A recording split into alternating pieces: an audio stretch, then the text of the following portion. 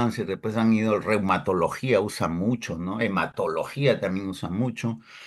Nosotros ya empezamos a usar, usamos acá en nuestro medio dos o tres biológicos para asma, pero se viene una avalancha, ¿no? Una avalancha de biológicos para asma y para fibrosis pulmonar, ¿no? Esas dos entidades son las que en los siguientes años, y EPOC también.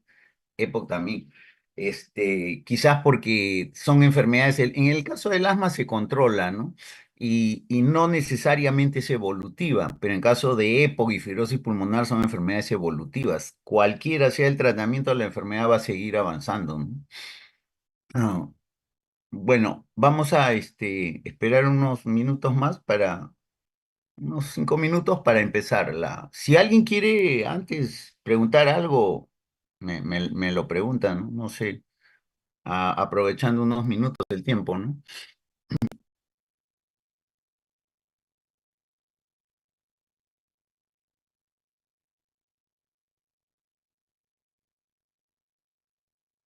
Otra de las cosas que yo veo a veces, porque ustedes ahora están estudiando enfermedades, ¿no? Diagnóstico, tratamiento. Pues y el siglo pasado llevaron síndromes, ¿no? Entonces, cuando en nuestro medio el diagnóstico de enfermedad infecciosa, cuando yo siempre le pregunto cuál es la enfermedad infecciosa más prevalente en nuestro medio, se ponen a pensar, me dicen tuberculosis, me dicen neumonía. Y nadie casi le hace caso al resfrío común.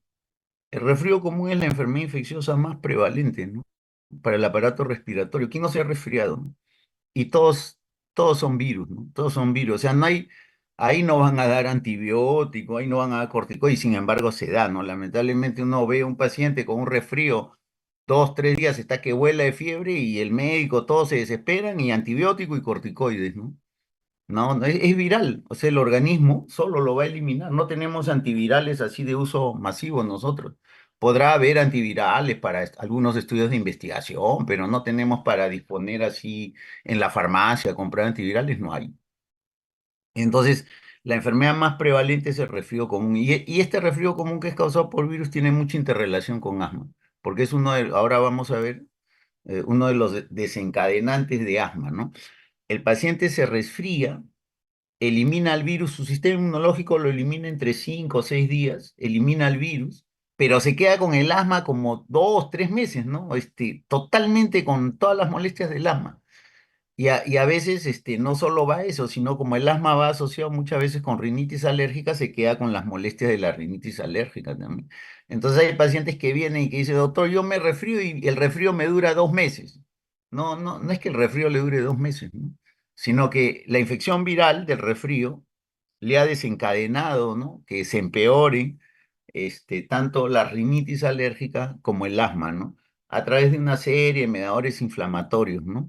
Entonces, esto en nuestro medio es muy, muy conocido y hay gente a veces que le puede decir a uno, yo puedo resfriado todo el año, ¿no? Y no, no, no es que sale y entra, ¿no? O sea, a veces resfrían 4 veces al año, 5 veces al año, pero les deja la rinitis y que les deje 2 meses y sacan la cuenta, está casi todo el año con su problema, ¿no? Entonces, eso siempre tenganlo presente. Parece que no lo tuvieran muy presente en la mente, ¿no? Ahora, el resfrío común puede ser causado como por 200 virus diferentes, ¿no? Los más graves ya los conocemos, ¿no? Influenza y coronavirus. Hay rinovirus, así que uno aparece 2, 3 días y ya está sano, ¿no? No, no pasó nada, ¿no? Entonces hay toda esa gama, desde virus que son que nos dan enfermedad muy leve, y hasta virus que nos pueden matar, y ustedes ya saben cuáles nos pueden matar, ¿no? Y todos empiezan igual, dan resfrío común. El coronavirus, el influenza empieza como un resfrío común, o sea, con rinofaringitis, ¿no? Un moco en la nariz, estornudos, rinorrea y dolor de garganta. Así empiezan, así empiezan. O sea, al empezar uno no sabe, el primer día no sabe qué va a ser, ¿no? Si es un virus agresivo, ¿no? No siempre empiezan así, y poco a poco van agarrando, ¿no? Peor, peor, peor, peor, ¿no? Lo más agresivo, ¿no? Bueno, yo creo que no, me ha servido a veces empiezo antes y tengo el tiempo, ¿no? No siempre tenemos un poco de tiempo y aclararles algunas cosas. Bueno, vamos a empezar. Un favor, cualquiera de ustedes, no sé si puede grabar la clase, porque la vez pasada, no sé, intenté grabarla y me salí, entonces no pude. Creo que cualquiera de ustedes lo podría grabar, ¿no? Este, sí, sí, eso es así, ¿no? Cualquiera de ustedes puede grabar, alguien dígame. Perfecto, listo, ya, para que cuando les pidan, ya está grabado ya. Ya, listo. Entonces, empezamos como toda enfermedad. La definición siempre de una enfermedad debe ser, no aprendida de memoria, sino entendida, ¿no? Comprendida. O sea, la definición son unas cuantas líneas que caracterizan a la enfermedad. Es como que si yo le dijera a alguien, oye, para nosotros las personas, ¿no? ¿Tú conoces a Ricardo, Ricardo Pérez? Sí, sí lo conozco. ¿Y cómo es, ah? Y en tres líneas te define cómo es, ¿no? Y entonces esa definición le sirve a la persona para diferenciarlo de los otros miles de personas que conoce. Igual son las enfermedades. Las enfermedades tienen unas líneas de definición que si uno las entiende, le ayudan mucho para diferenciarla de otras enfermedades. En este caso, de otras enfermedades obstructivas, porque esta es una, no se olviden que estamos hablando de una enfermedad obstructiva. El síndrome es obstructivo difuso, ¿no? Síndrome bronquial, también lo pueden encontrar como estenosis, síndrome de estenosis bronquial, que es lo mismo, ¿no? Difuso, porque en todos los campos igual ustedes van a escuchar sibilantes, expiración prolongada, etcétera, ¿no? No es como el localizado, que solo se escucha, doctor, yo solo escucho los signos acá en el tercio superior, el resto no se escucha, pero el sibilante solo acá en el tercio superior. Entonces, las patologías de ese síndrome son muy diferentes a la de difuso, ¿no? Las obstructivas localizadas son, por ejemplo, un tapón de moco, un coágulo de hemoptisis, que el paciente está con hemoptisis, una neoplasia que obstruye el bronquio y da sibilante, pues, ¿no? Este, un anillo vascular, una alteración genética, congénita, ¿no? Pues un granuloma TB, algo que obstruye, pero solo ahí, solo en un sitio, ¿no? Entonces, esa es la gran diferencia de los dos síndromes obstructivos, ¿no? El difuso, que son un grupo de enfermedades muy diferentes, al localizado, que son otro grupo de enfermedades muy diferentes de las otras, ¿no? Bueno, entonces pasemos a la definición. Es una enfermedad heterogénea. ¿Por qué es heterogénea? Porque tiene manifestaciones, entre uno y otro puede tener manifestaciones diferentes, pero en su nacimiento, en su origen, intervienen muchas causas, ¿no? Y principales. Por ejemplo, genes, genética, por ejemplo, medio ambiente, y a través de diferentes mediadores, ¿no? Que generalmente son mediadores inflamatorios, ¿no? Por eso se dice que es una enfermedad heterogénea. Usualmente caracterizada por inflamación crónica de la vía aérea. Claro, inflamación crónica es inflamación todo el tiempo, crónica, de la vía aérea, de los bronquios, ¿no? Doctor, pero ¿cómo todo el tiempo? Si yo tengo mi hermano que es asmático y solo está mal dos veces al año, nada más le da y el resto está bien. Entonces se han hecho estudios con broncofibroscopía, se le han hecho estudios lavados bronquiolo-alveolares a pacientes asmáticos cuando están bien, cuando no tienen ninguna molestia y se les ha hecho un lavado bronquiolo alveolar a través de una broncofibroscopía, se introduce suero y después se recolecta ese suero y se le ha comparado igual con broncofibroscopías de normales que no son asmáticos y siempre el asmático tiene más células inflamatorias que el normal, ¿no? Entonces, por eso su vía aérea siempre está inflamada. Así no tenga síntomas, la inflamación será menor, pero siempre está inflamada, porque las células inflamatorias, las que se recogen cuando uno hace el lavado bronquiolo alveolar y se hace el conteo de células a través de citometría de flujo, sale que tiene más macrófagos, sale que tiene más linfocitos, sale que tiene más eosinófilos, ¿no? Entonces, siempre está inflamado, ¿no? La cosa es que a veces la inflamación es leve y por eso no hay síntomas. Cuando aumenta la inflamación, empeoran los síntomas, ¿no? Ya, ¿qué más dice la definición? Es definida por una historia de síntomas respiratorios, dan los síntomas claves que todo el mundo conocemos. Sibilancias. Sibilancias es cuando el paciente lo cuenta, ¿no? Doctor, me silba el pecho, es una sibilancia. Porque cuando uno ya lo oculta, ese es sibilante. ¿Ya? Después disnea. El paciente jamás va a decir disnea, ¿eh? Jamás, ¿no? El paciente va a decir todo lo que... Disnea es una sensación subjetiva, ¿no? De falta de aire, de que no respira bien, de que algo le impide respirar. Los pacientes tienen diversas formas de decir, tengo disnea, ¿no?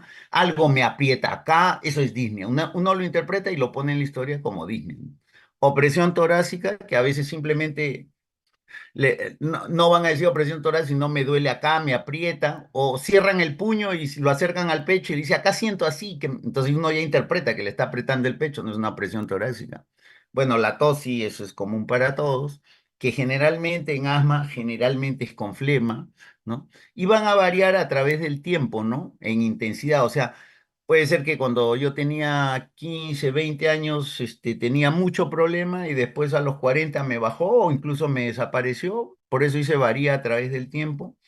Y tanto en intensidad, ¿no? En la intensidad también puede variar, la cosa era leve, después puede ser por tiempos, puede ser severa, porque influencia, como le digo, muchas cosas. Influencia el estrés, influencia el medio ambiente, influencian los genes, etcétera, la expresión de genes, etcétera, ¿no?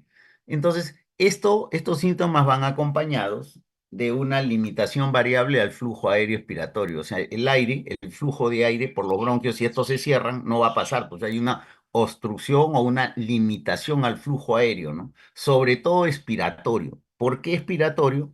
Porque los músculos inspiratorios son más potentes que los expiratorios. Entonces, para que entre aire, el aire entra inspirando con fuerza, ¿no? Pero para botar ya no tienen la misma fuerza y se queda un poco de aire. Por eso es que se intenta seguir botando el aire alargando la expiración. Por eso se dice tiene expiración prolongada, ¿no? Y a pesar de eso, a veces se queda aire. Por eso los radiólogos cuando ponen una placa dicen, aquí hay atrapamiento aéreo, hay signos, ¿no? 6 signos de atrapamiento aéreo, ¿no? Porque a pesar de que haces el esfuerzo de votar, no lo puedes votar todo, ¿no? Bueno, dice que estas variaciones son a menudo activadas por diferentes factores, ¿no? Puede ser el ejercicio, puede ser una exposición a alergenos, o sea, uno limpia una cantidad de ropa que ha estado guardada, o saca, o zapatos, o alergenos de diferente tipo, ¿no? O irritantes, se expone porque está pintando, está limpiando el inodoro, qué sé yo, ¿no? Cambios en el clima, todos saben eso, ¿no? El frío, generalmente la humedad empeora esta situación y ¿no? Infecciones respiratorias virales, que son bien frecuentes en nuestro medio, ¿no? Y que desencadenan y empeoran el asma, ¿no? En cuanto a la descripción de esta enfermedad, allí dice que tanto los síntomas como la limitación al flujo aéreo se pueden resolver. Pueden resolverse solas sin tener mayor tratamiento, porque el paciente se expone a algo, se sale de la exposición, camina, se aleja de la exposición y poco a poco le va pasando solo, porque de repente no ha traído su inhalador y no lo usa, ¿no? Le puede pasar solo, no hay problema, ¿no? Eso sucede muchas veces. O también puede necesitar su medicación, ¿no? Y además, pudieran estar ausentes, dice a veces, los síntomas muchos meses, muchas semanas o meses, incluso años. Hay pacientes que han dejado de tener asma a los 14, 15, entre los 12 y 18 años. Se cree que son cuestiones hormonales por los cambios, que no se sabe exactamente. Y entonces, y después se les va el asma. Y entonces cuando tienen 40 años dicen, uno les pregunta algo sobre asma y a veces ni dicen nada, ¿no? Cuando uno está haciendo un riesgo neumológico y dice, enfermedades que ha tenido, no dicen. Y después en plena sala de operación está que se le cierra el pecho y uno después le pregunta, ¿y por qué no dijiste que tú tenías este problema? No, porque yo creía que ya estaba sano, porque como ya no le da, el asma te puede regresar después de muchos años, pueden pasar 10, 20 años y regresa el asma, siempre y cuando aparezcan o se unan muchos factores desencadenantes juntos, ¿no? Mucho frío, se resfría, en ese momento está con una situación estresante en el trabajo, tiene juicios, o sea, se junta todo, se juntan muchas cosas y reaparece el asma, ¿no? Entonces, por eso es este ítem que dice ahí que pueden estar ausentes mucho tiempo, ¿no? Los pacientes también pueden experimentar exacerbaciones. Las exacerbaciones son lo que nosotros llamamos ahora asma aguda o la crisis, ¿no? Que todos conocemos como crisis. Pero en el GINA y todas las recomendaciones prefieren usar una palabra para todos entendernos bien, ¿no? Exacerbaciones, ¿no? Esas son las agudizaciones. Estas exacerbaciones pueden poner en riesgo la vida porque pueden ser muy severas, ¿no? Y pueden conllevar a una carga significativa económica, pérdida de días de trabajo, de estudio, etcétera, ¿no? Tanto para el paciente como para la comunidad, como dice ahí, ¿no? Ahora, usualmente esto del asma está asociado a hiperreactividad de la vía aérea, ¿no? O sea, la vía aérea, los bronquios son hiperreactivos, o sea, reaccionan más de lo normal, ¿no? Frente a diferentes estímulos, ¿no? Entonces, Esa hiperreactividad, no se olviden que está condicionada, ¿por qué? Por la inflamación crónica. La inflamación es la que ocasiona esa hiperreactividad, esa reacción desmedida, esa es la que ocasiona la inflamación. Entonces dice que estos hallazgos persisten, ¿no? Podrían, dicen, estar ausentes por un tiempo, los síntomas, eso, pero no la inflamación. La inflamación lo único que lo hace desaparecer, y dice ahí, puede normalizarse con el tratamiento. Lo único que hace desaparecer la inflamación es el tratamiento. O sea, generalmente estamos hablando del tratamiento más usado en todo el mundo ahora, que son los corticosteroides inhalados, ¿no? Son antiinflamatorios inhalados. O sea, ¿qué quiere decir? Que yo le puedo hacer una broncofibroscopía, un lavado bronquial a un paciente que está un año en tratamiento o ha seguido muy bien su tratamiento, todo, y ahí sí ya no encuentro células inflamatorias, ya no encuentro, ya, ya es igual que el normal, ¿no? Pero tiene que llevar un tiempo prolongado y evidentemente guiado por su médico, ¿no? Porque hay otras cosas también que pueda necesitar, ¿no? En fin, esto ya es un arte, el manejo de las dosis y cómo, algo veremos ahora, pero en determinada cuenta es un arte, ¿no? En cuanto a epidemiología, evidentemente en niños es más común y en adultos son cifras máximas en Lima, hasta un 15, ¿no? Quizás 10% como promedio en la mayoría de zonas, pero es bastante, ¿ya? ¿No? Y niños tal vez como un promedio entre 20 y 25, ¿no? 30 puede ser en algunas zonas, pero ya es los valores máximos, ¿no? Pero es de todas maneras, es una cantidad enorme de pacientes, ¿no? Con este problema. Evidentemente la mortalidad está relacionada con el aumento, ¿no? De la frecuencia de esta enfermedad, y en la medida que no se tomen medidas adecuadas para su control también, ¿no? Entonces, en cuanto a patogenia, yo siempre digo, ¿no? Hay muchas diagramas, fotos con un montón de moléculas. Pues esto es lo más sencillo para que entiendan el asma.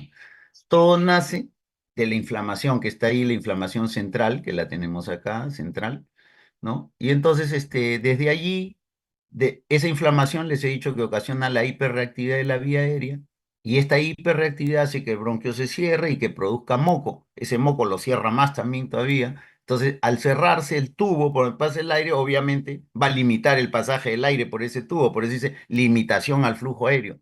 Y esa limitación al flujo aéreo provocan los síntomas, porque como no pasa aire, el paciente siente que se ahoga, como hay broncoconstricción, siente un poquito de dolor, opresión, etcétera, ¿no? Ahí, esta limitación al flujo aéreo es la que provoca los síntomas. Y tenemos los desencadenantes que todos los asmáticos saben, cada uno tiene su pool de desencadenantes que no necesariamente es igual a su hermano, a la del vecino, en fin. Cada uno, esto es individual, ¿no? Cada uno tiene algunos que pueden ser desencadenantes, una comida, otros un medicamento, otros el estrés, otros el frío, en fin. Esto es muy, muy variable, ¿no? En cuanto a factores de riesgo para tener esta enfermedad, el principal factor es genético, es hereditario. De algún lado viene o rama materna o rama paterna. Y rama materna estamos hablando, pues, pero por Mendel se puede heredar hasta séptima generación, ¿no? No sabemos pues lo del bisabuelo y más atrás, del tatarabuelo, no sabemos, pues, ¿no? Entonces a veces dicen no hay, pero debe haber por algún lado, ¿no? Herencia, ¿no? Genética. Y la alergia, la atopia o la alergia también, que de alguna u otra forma también tiene cierto grado de herencia, ¿no? Esos dos son los principales, pero más es el genético, ¿no? Después ya vienen factores de riesgo, exposiciones a temprana edad, ¿no? De alergenos extradomiciliarios, algunos medicamentos, hay alergenos ocupacionales en el caso de asma ocupacional, y después vienen los virus, ¿no? Lo que hemos estado, una pequeña introducción que hemos hecho, los virus respiratorios, no se olviden, son los causantes de resfrío común. Son más de 200 diferentes virus. Hay unos tontonetes que nos causan una enfermedad de 2 días y hay otros severos que nos pueden hasta matar, mandar a un hospital un mes en una unidad de cuidados intensivos. Y de eso estamos hablando de influenza y coronavirus, ¿no? Pero hay toda una gama de severidad de estos virus, ¿ah? ¿No? Hay otros que están cerca. El sincitial respiratorio a los muy bebitos les causa graves problemas también. Entonces, no tenemos cultura de virus, nadie usa mascarilla acá, nosotros somos muy diferentes. Los orientales, por ejemplo, ustedes tengan COVID o no, desde mucho antes ellos cuando se resfrían, todos usan mascarilla, siempre lo han usado. Y después del COVID lo usan más todavía, ¿no? En cambio, nosotros no, o sea, se terminó el COVID, los niños están todos resfriados en la escuelita y todos se contagian porque no hay la costumbre del uso de mascarillas, ¿no? Eso es un poco negativo, ¿no? Se deben hacer uso de los medios de comunicación masiva para explicarle bien a la gente por qué es necesario que se usen mascarillas, ¿no? En determinadas épocas, sobre todo el año. Pero en Lima, básicamente, casi todo el año. ¿Por qué en Lima casi todo el año? Porque Lima es una ciudad, bueno, debe estar cerca de 12 millones de habitantes ahora, ¿no? No sé, alguien pueda tener una cifra más exacta, pero 12, ¿qué ciudad tiene 12? Muy pocas en el mundo. ¿Por qué? Es como decir una casa muy hacinada, ¿no? Que viven en una casa que vivan 12 personas, ¿no? O sea, mucho hacinamiento, ¿no? ¿Y qué hace el hacinamiento? Hace transmitir los virus muy rápidamente, ¿no? A través de toda la ciudad y a través de un tiempo, a través de un mes, 2 meses, de un extremo de la ciudad, el virus, como la gente acá en Lima vive en un lado, trabaja en otro lado, esparce el virus rápidamente, ¿no? Entonces, muchos habitantes da ese problema, ¿no? De transmisión de virus y casi todo el año tenemos virus, ¿no? Pues en otras ciudades que son pocos, ellos ya saben, virus viene que 2 veces al año, tres. Acá en Lima, todo el año estamos con virus, ¿no? Y los niños, los pequeños, por eso le dicen, ¿por qué le dicen a los chiquitos mocosos? Porque hay una edad donde hay una debilidad para enfrentar al virus, más o menos hasta los 5 años, 6 años. Ya después el sistema inmunológico cambia y ya no se está tan resfriado, los niños no se resfrían tan frecuentemente. Pero en esa edad pequeña, bueno, de casa no van a salir, no creo, de un año, pero que salen de casa de 3 a 6 años, paran con infecciones virales, con resfríos todo el tiempo y contagiándose todo el tiempo, ¿no? Y evidentemente ellos, un niño sano, pues se resfría y está bien en 4 días, 5 días, pero le contagia el resfrío a la abuelita que tiene fibrosis pulmonar y la mata, ¿no? Esa es una complicación, se complica con una neumonía y ese es el problema, ¿no? Entonces hay que tener un poco más de cultura para usar mascarillas. Entiendo que les dará vergüenza, no sé, pero la vergüenza está para gente de complejos, ¿no? ¿No? Generalmente, la gente no debiera tener esos complejos y esto de las mascarillas debiéramos usar, ¿ya? Bueno, de algo me servirá difundirlo entre ustedes que van a ser médicos y no necesariamente neumólogos, ¿no? Pero es importante que conozcan eso. Hay una serie de alimentos, cada vez hay más alimentos, sintéticos que tienen una serie de productos conservantes, preservantes, edulcorantes, en fin, mil químicos y evidentemente eso empeora el asma, ¿no? Tabaquismo, ni qué decirlo, ni qué decirlo. Ya hemos tenido clases de tabaco y tabaco no solo da cáncer, malogra el aparato mucociliar, ¿no? Y entonces no se puede hacer la limpieza adecuada, se llena de flema, se infecta cada rato y es un asmático, para un asmático es realmente una desdicha, ¿no? Bueno, la contaminación ambiental también, ¿no? En Lima, no, creo que los voy a desanimar a que vivan en Lima, pero la contaminación es brutal, brutal es en Lima la contaminación ambiental. Cuando tengan tiempo, quieran relajarse, entren a la página de la Municipalidad de Lima y hay varios estudios sobre contaminación ambiental, pero que no se difunden por obvias razones, ¿no? Se van a dar cuenta qué bárbaro para tener contaminación ambiental en Lima. Bueno, y esa es otra razón por la cual el asma también es bien prevalente en esta ciudad. Entonces tenemos mucha gente que vive en Lima, tenemos la contaminación ambiental, tenemos la humedad. En Lima es extremadamente húmedo. Incluso en verano es más de 70% la humedad. Ahorita la humedad, ya estamos saliendo de invierno, está en 85 probablemente, que es una barbaridad. La humedad normal para el tracto respiratorio es 55% más o menos. En ese nivel de humedad no trabaja ni para deshumedecer el aire ni para humedecerlo. ¿Cómo humedecerlo, doctor? Es que hay ciudades que son secas. Por ejemplo, en Arequipa hay meses donde la humedad es 20%. Y entonces el tracto respiratorio tiene que humedecer más bien eso. La nariz, que es el acondicionador de aire, tiene que humedecer ese aire. Entonces trabaja, porque si no se cuartea. Entonces, para el que no está adaptado, se le cuartean las mucosas, ¿no? Quien ha ido a una ciudad donde el clima es muy seco y va de un clima húmedo a uno seco, se demora su adaptación, ¿no? Entonces, todo eso en Lima, esa humedad todo el año alta, no solo por la humedad per se, sino también porque esa humedad trae hongo y ácaros, ¿no? Y eso es un veneno para el asmático, ¿no? Y bueno, bajo peso al nacer, al final, porque tienen con frecuencia sistema inmunológico un poco debilitado, infecciones frecuentes, y esto podría, pues, hacerle aparecer el asma, ¿no? Bueno, esos son factores de riesgo, pero no se olviden los dos principales factores de riesgo en la infancia, sobre todo en los primeros meses de vida o años: virus Perdón, con G, herencia y atopia y alergia, ¿no? Herencia y alergia, ¿ya? Son los principales. Esta diapositiva es bien interesante porque son dos muestras de biopsia endobronquial, que las hacemos fácilmente ahora con los broncos, ¿no? Con los broncofibroscopios. Todas estas cosas se avanza debido a que la tecnología avanza. No tendríamos este tipo de exámenes puesto en una lámina si es que no existiera broncofibroscopio, ¿no?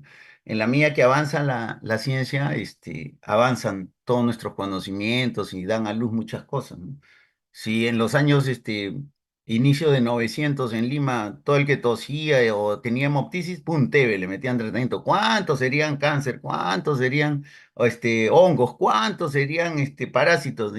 Pero todos eran TB y pum, tratamiento, ¿no? Claro, tratamiento antes de los 40, tratamiento en los sanatorios TB, ¿no? Que como no había antibióticos, recién en la estreptomicina data del 43, 1943. Pero antes igual, tratamiento en los sanatorios, ¿no? Reforzaban el sistema inmunológico, buen clima, buena comida, descanso, etcétera. Nada de estrés. Pero igual, ese era el tratamiento, ¿no? De la TB, ¿no? Entonces, eso hay que tenerlo en consideración, que la tecnología nos hace avanzar en todas estas cosas, ¿no? Aquí tenemos un epitelio normal arriba, donde miren la mucosa, todo el borde de la mucosa está íntegro, ¿no? Y acá un asmático donde está pelado, ¿no? Pelado. La traducción, cuando uno traduce el idioma anglosajón, denudado le ponen ellos, ¿no? Denudado. ¿No? Se ha ido la mucosa. Al irse la mucosa, todo se mete acá, alergenos, bacterias, todo se mete. Es como que la piel para nuestro cuerpo, que cuando nos quemamos se va la piel, una infección ahí mismo, ¿no? La piel ejerce casi, casi tiene la misma protección que la mucosa para el tracto respiratorio. Y evidentemente este paciente asmático tiene un montón de células caliciformes acá abajo, tiene una hipertrofia de músculo liso y estos puntitos negros bastantes son núcleos de células inflamatorias, ¿no? Entonces, ¿qué pasa? Esto explica, por ejemplo, cuando tenemos pacientes asmáticos que estamos con todo acá, ¿no? Corticoides altas dosis, otros, incluso podemos usar hasta biológicos o corticoides por vía oral, estamos con broncodilatadores de acción prolongada y siguen mal y no mejoran, ¿no? Entonces, ¿sabes qué, señor? Tome sus vacaciones y váyase, pues, a un mejor, váyase a Piura, por decir. Piura, Arequipa, Ica, o sea, donde hay menos humedad y hay clima cálido, ¿no? O sea, calor, ¿no? Entonces ellos van un mes, en un mes esto se regenera casi, casi así, enterito. Y si van más tiempo, mejor. ¿No? Y entonces al regenerar ya, doctor, ya no necesito medicamentos. Sí, probablemente necesita, pero algo muy mínimo, ¿no? Casi nada. Regresan a Lima y comienza poco a poco a pelarse. Y regresan muy bien, ¿no? Pero después de unos 5 meses, 6 meses, de nuevo comienza su problema, ¿no? Entonces, de preferencia, esas personas deberían tratar. Hay empresas que tienen en diferentes sitios, sucursales, deberían escoger otros sitios, pero son así casos severos que lleguen hasta para cambiarse de trabajo son pocos, pues no son la mayoría, son menos del 5%, ¿no? Pero bueno, esto me da pie para eso y para explicarles esto de la mucosa, lo importante que es tener una mucosa indemne, ¿no? Para el tracto respiratorio. En cuanto al diagnóstico, el diagnóstico es bien sencillo. Ahí están los síntomas que en la definición ¿no? Tos, que generalmente es con flema, opresión torácica, disnea, que es algo subjetivo, las sibilancias. El paciente dice, no, doctor, me sirve el pecho en la noche, ¿no? O en la tarde, o cuando me expongo al frío, qué sé yo.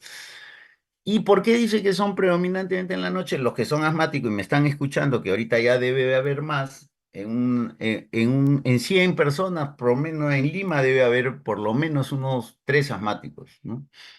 Perdón, más. De 100 debe haber 10, 20%, al mínimo ya 10 asmáticos debe haber, por lo menos, en esta reunión que tenemos, ¿no? Y bueno, como le digo, unos son reconocidos, otros por reconocer, porque los médicos llaman a esto del asma. Estás enfermo de los bronquios, entonces yo, pucha, que eso no es.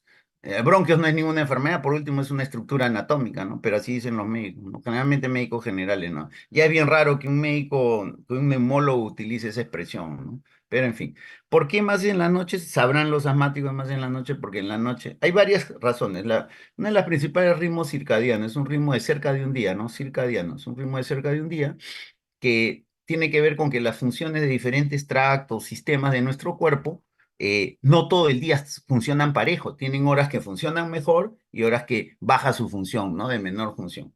Entonces el tracto respiratorio, su hora de menor función es entre más o menos 1 y 3 de la mañana y evidentemente donde funciona menos van a aparecer los problemas, ¿no? Si hubiera algún problema, lo va a aparecer ahí. Esa es una de las razones, ¿no? Después otra razón es que de noche hace más frío, hay más humedad y como este tracto está inflamado, lo detecta, esas variaciones pequeñas lo detecta y responde, ¿no? Otra razón es el sueño.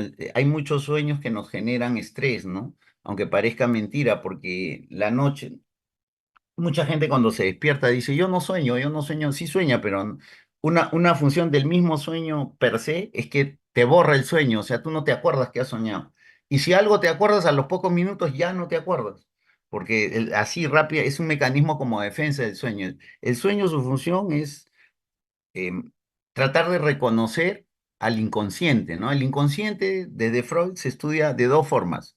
Al inconsciente lo estudiamos a través del sueño y a través de hipnosis. Pero mucha gente no cree en estas cosas, hacer la hipnosis es difícil, así que se estudia mucho el sueño, ¿no? Para estudiar el inconsciente, los psiquiatras, sobre todo los psicólogos, psiquiatras.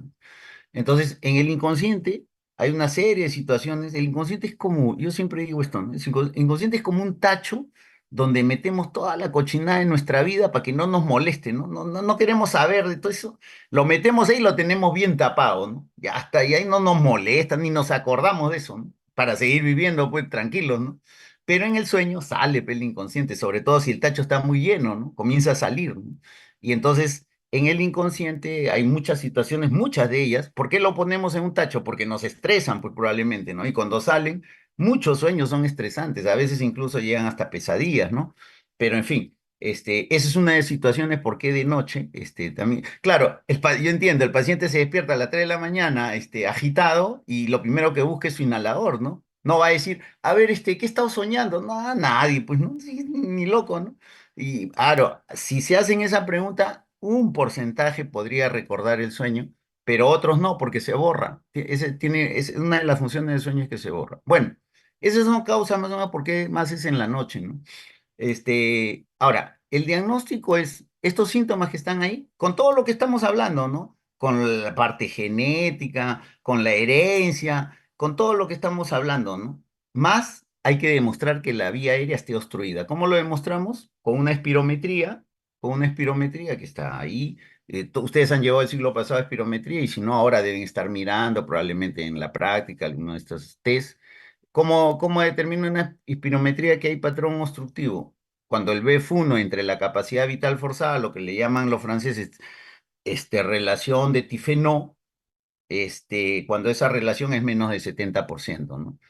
Relación de tifenol lo van en sus exámenes, si ustedes dan examen en Europa, así en Italia, en Francia, siempre le van a poner relación de tifenol, pero los americanos van a poner siempre BF1 entre capacidad vital forzada, porque dicen, y es verdad, que la relación de tifenol lo hizo con espirometría lenta, no la hizo con espirometría forzada. Entonces, esa es lo que ellos dicen o argumentan para, mejor es llamarlo BF1 entre capacidad vital forzada. Bueno, ustedes saben que menos de 70% hay obstrucción. Listo. La espirometría no da diagnóstico de nada. Simplemente, nunca se olviden de esto porque siempre los dan. La espirometría simplemente dice que hay patrón obstructivo o restrictivo. O mixto ya, pero los mixtos ya acá se han perdido valor, pero ya bueno.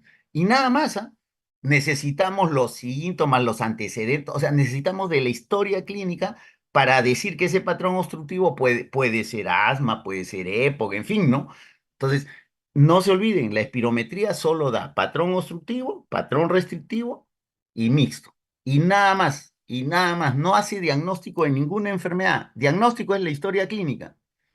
Y ahí dice flujometría. Flujometría también es algo sencillo porque lamentablemente espirómetros, y en nuestro país es el mejor ejemplo, en la sierra, en la selva, hay pocos lugares donde hay espirómetros, ¿no? Pero sí pudiese haber un flujómetro, que es un aparatito de estos que uno sopla. ¿Y el flujómetro qué mide? A diferencia de la espirometría, que mide varias cosas, hay varios ítems que mide la espirometría, el flujómetro solo mide una cosa, el flujo expiratorio pico o flujo expiratorio máximo. Pico o máximo es la misma cosa, pues. Entonces, el flujo expiratorio es medido por este aparatito. Es lo único que mide, otra cosa no te va a medir. Y está está en consenso en todo el mundo, en el GINATO, que con esto también podemos hacer diagnóstico de asma, ¿no? Este flujómetro generalmente lo usan bastante en niños, es más popular en niños. ¿Y de qué se trata, por ejemplo, no? En sí, el flujómetro tiene una cartilla que tiene tres variables, ¿no? El sexo, por eso hay un cuadrito en la cartilla para hombres y otro para mujeres. Y después en la vertical está la talla, en la horizontal está la edad, ¿no? Entonces uno cruza, se va a la cartilla, por ejemplo, yo soy hombre, ya está. Me voy a la cartilla de varones, yo tengo por decir, qué sé yo, 60 años y mido 1,71 m.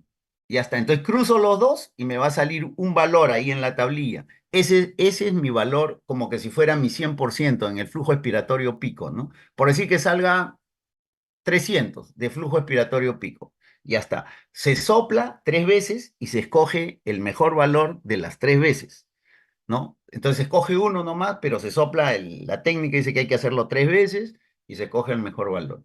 Entonces dice que ese valor, si baja del 80% del predicho, del que hemos visto en la cartilla usando talla, edad y sexo, si baja del 80% hay obstrucción de vía aérea, puedo estar confirmando. Y después hay otro término que se usa también en GINA para demostrar este diagnóstico de asma que se llama variabilidad. La variabilidad, y por eso me ha hecho poner este cuadrito, la variabilidad tiene que ver con que en otros países, no en nosotros, se estila que los niños asmáticos, sobre todo niños, pero también adultos, llenen una cartilla como esta, todos los días, una medición de flujometría a las 7 de la mañana, 7 de la noche. 12 horas, puede ser 8 de la mañana, 8. Ya el paciente escoge, ¿no? Entonces todos los días tiene dos mediciones, dos mediciones, dos mediciones. Entonces, una va a ser mayor que la otra, sí, casi siempre, porque va a ser difícil que sean exactos, ¿no? Entonces, ¿qué cosa es la variabilidad? El mayor valor menos el menor valor dividido entre el mayor valor y multiplicado por 100. Estamos hablando de valores de la flujometría, de lo que sopla el paciente, ¿no? Repito, la variabilidad es el mayor valor menos el menor valor, todo eso dividido entre el mayor valor y multiplicado por 100. Si la variabilidad es más de 20%, estás haciendo diagnóstico de asma, ¿no? Son dos formas, ¿no?, que se pueden hacer. Bueno, el diagnóstico parece sencillo, ¿no? Pero a veces en la vida real ya hay cosas que son limítrofes, hay que a veces repetir la prueba, en fin, ¿no? Pero es relativamente sencillo el diagnóstico de un asma, ¿no? O sea, los síntomas, todos los datos previos que hemos hablado para la historia clínica y demostrar que hay obstrucción de la vía aérea, ¿no? Y después también probablemente esa obstrucción si tiene todas las características, herencia, etcétera, es es reversible, ¿no? La palabra reversible quiere decir que hay momentos en que esa obstrucción está normal, regresa a cero.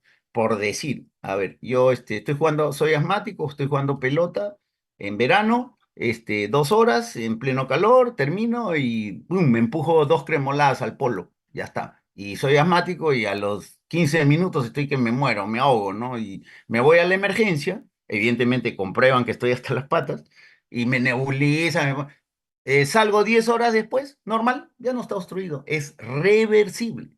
El EPOC antes se decía irreversible, pero ahora se ha puesto es poco reversible, porque a veces se revierte un poquito. ¿Qué quiere decir? Que en el EPOC, a una situación que lo descompense le provoca más obstrucción, va a la emergencia, lo tratan y después de un día, 2 días, sigue con la obstrucción del EPOC, pero ha mejorado un poco nomás, salió de la crisis, digamos, pero sigue con obstrucción, ¿no? O sea, no es reversible, es muy poco reversible, así se define el EPOC, poco reversible. En cambio, el asma no, total. O sea, es más, te sales de la emergencia y te vas a tonear ¿no?, en la noche a una discoteca. ¿Por qué? Porque ya no tienes nada, ya está totalmente reversible.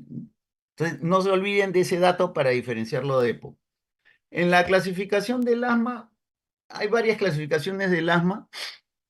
Anteriormente se daba bastante importancia a la intensidad, o sea, me acuerdo que yo hacía clase, pero todavía está en uso, no quiere decir que no vale, pero ahora le dan más importancia a esta clasificación que tiene que ver con el control de la enfermedad. Antes la clasificación tenía que ver con la intensidad, o sea, había un asma intermitente, después había un persistente leve, un persistente moderado, un severo, o sea, estaba en relación a la intensidad del asma, que ahora se usa, nos puede ayudar, no digo que no se use, pero ahora lo que se trata es controlar. Todas las enfermedades crónicas lo que se trata es controlar a la enfermedad. Como no se puede curar una hipertensión, una diabetes, todos buscan control de la enfermedad. Y este asma como enfermedad crónica también buscamos control de la enfermedad.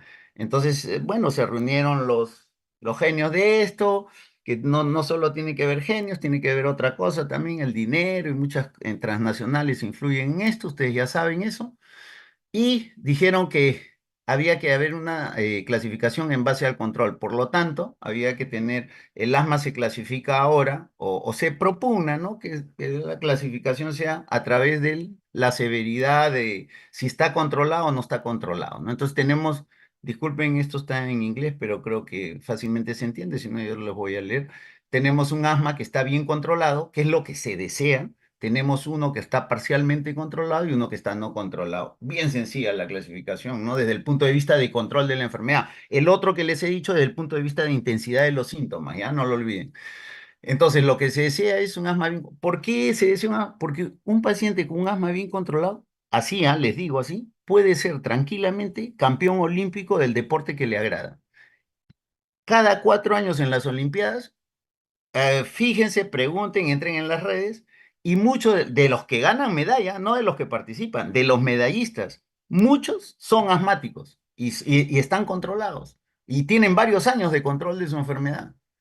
Y aunque no me lo crean, entonces, con esto, ¿qué les quiero decir? Que un buen manejo del asma, que no solo implica medicina, ¿no? La casa hay que limpiar, hay que sacar la cortina y poner persiana, o sea, todos tienen que contribuir, no, o sea, tú no puedes tomar, el asmático no puede tomar gaseosa y el resto de la familia abren el refrigerador y hay 10 gaseosas, entonces, ¿cómo no va a poder evitar el niño eso, ¿no? De tomar la gaseosa. Entonces, todos tienen que contribuir, pero la verdad es esa, la verdad es que un asma bien controlado no se estresen, él puede ser hasta campeón olímpico del deporte que le guste, ¿ya? Y eso está así, ¿ah? Eso está, vean para que vean, se van a asombrar cuántos asmáticos hay dentro de esos medalleros. Bueno, se le pregunta al paciente, se le hace 4 preguntas.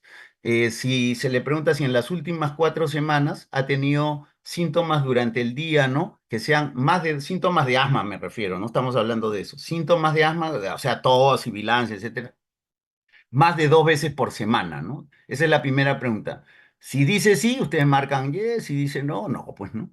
Esa es la primera pregunta. La segunda pregunta es si ha tenido algún despertar debido a asma en la noche, o sea, que se despierta en la noche, no se despierta de hambre, de mala digestión.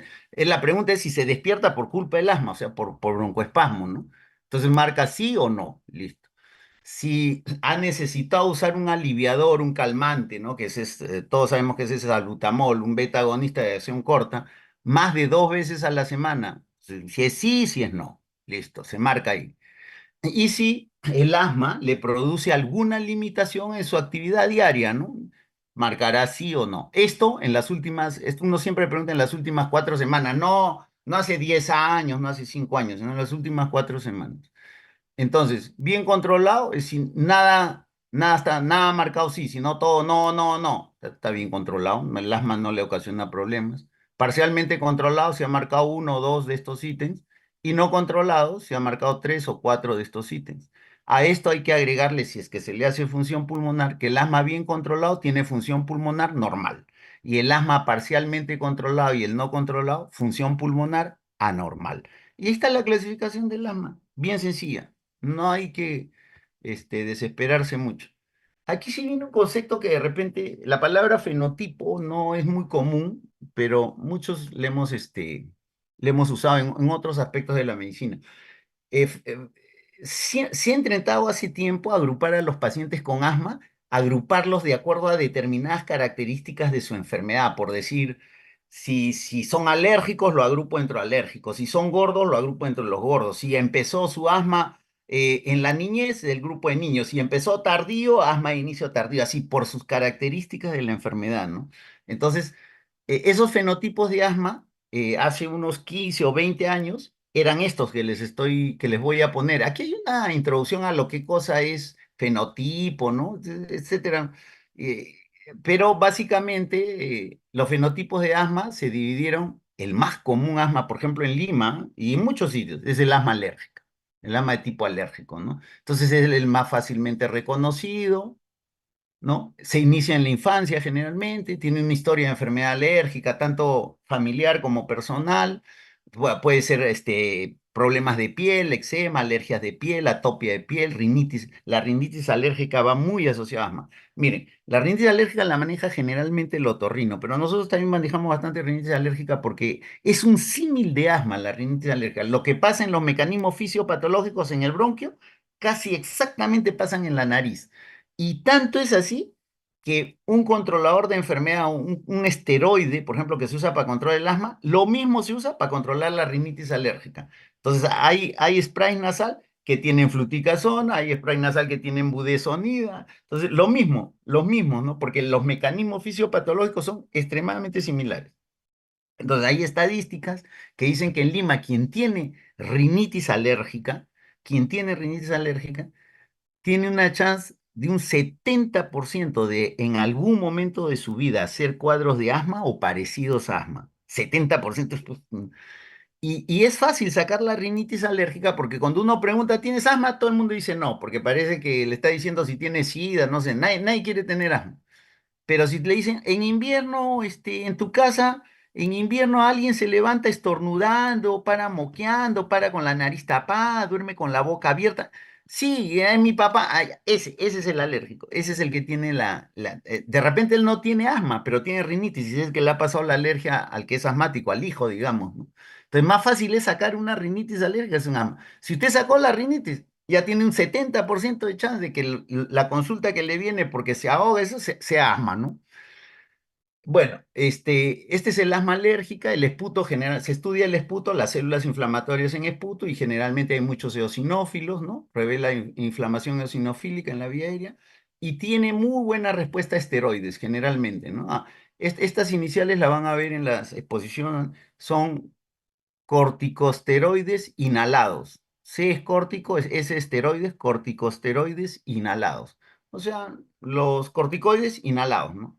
Y ya les voy adelantando, en nuestro medio hay tres nomás y no se hagan la vida difícil. Tres antiinflamatorios, tres corticoides inhalados, que pueden ser combinados con otras cosas, ¿no? Pero en fin, solo tres, beclometasona, budesonida y fluticasona, ¿ya?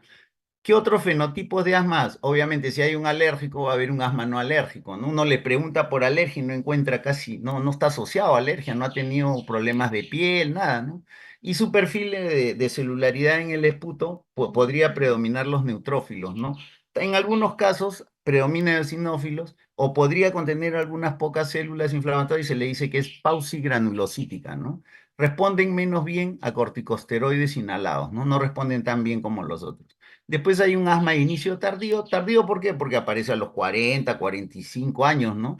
Es particularmente un poco más prevalente en mujeres, se presenta por primera vez en la edad adulta, tienden a no ser alérgicos y requieren altas dosis de corticosteroides inhalados para controlar su enfermedad, ¿no? Incluso algunos no responden, ¿no? Son refractarios a los corticoides inhalados. Hay otro grupo que se le agrupa asma con limitación a flujo aéreo. Quiere decir que no son reversibles. Quiere decir que no son reversibles. Perdón. Cuando uno hace la espirometría y cuando uno al paciente le aplica la espirometría, después que se hace, dice espirometría con test de broncodilatador, porque hace su prueba de espirometría y le aplican 4 puffs de salbutamol. Por lo tanto, si el salbutamol en broncodilatador, a todos nos va a abrir un poco los bronquios, pero al que ha estado previamente cerrado lo abre más. Entonces, si el valor de BF1 pasa el 12%, quiere decir que previamente estaba obstruido, ¿no? Ahora lo vamos a ver en eso en otro momento. Pero eso da pie a que el asmático, su obstrucción es variable, porque ya sea solo o con tratamiento, puede regresionar, como les dije antes, ¿no? Casi hasta normal o muy poquito de broncoespasmo, ¿no? En cambio, hay un grupo de asmáticos, un grupo que tiene un asma con limitación, que se parece casi al EPOC, que por más que use inhalador, le abre, pero poco. Sigue obstruido, sigue medio obstruido y sigue habiendo la limitación al flujo aéreo, ¿no? Entonces, estos pacientes se piensa que, ¿por qué? Generalmente se piensa que han sido asmáticos de larga data, que no han tenido un manejo adecuado, o ni siquiera han sabido que tienen asma, que ellos saben que sufren de bronquios nomás, porque eso le dicen los médicos, y entonces no han tenido un tratamiento adecuado y ha habido como hay constante inflamación y reestructuración, inflamación y reparación, entonces se ha deformado la vía aérea, ¿no? Eso es una remodelación de la vía aérea. O sea, digamos, muchas cicatrices, muchas zonas así remodeladas, ¿no? De tal forma que los broncodilatadores ya no le hacen efecto. Por lo tanto, al no hacerle efecto, entonces el paciente no logra broncodilatar adecuadamente y se parece, uno podría confundirse al EPOC, pero obviamente el EPOC no, pues no tiene alergia, no tiene mamá asmática, no tiene todo lo que estamos diciendo del asma, ¿no? Y bueno, otro grupo es el grupo de los gorditos que han determinado asma con obesidad que tiene algunas características particulares.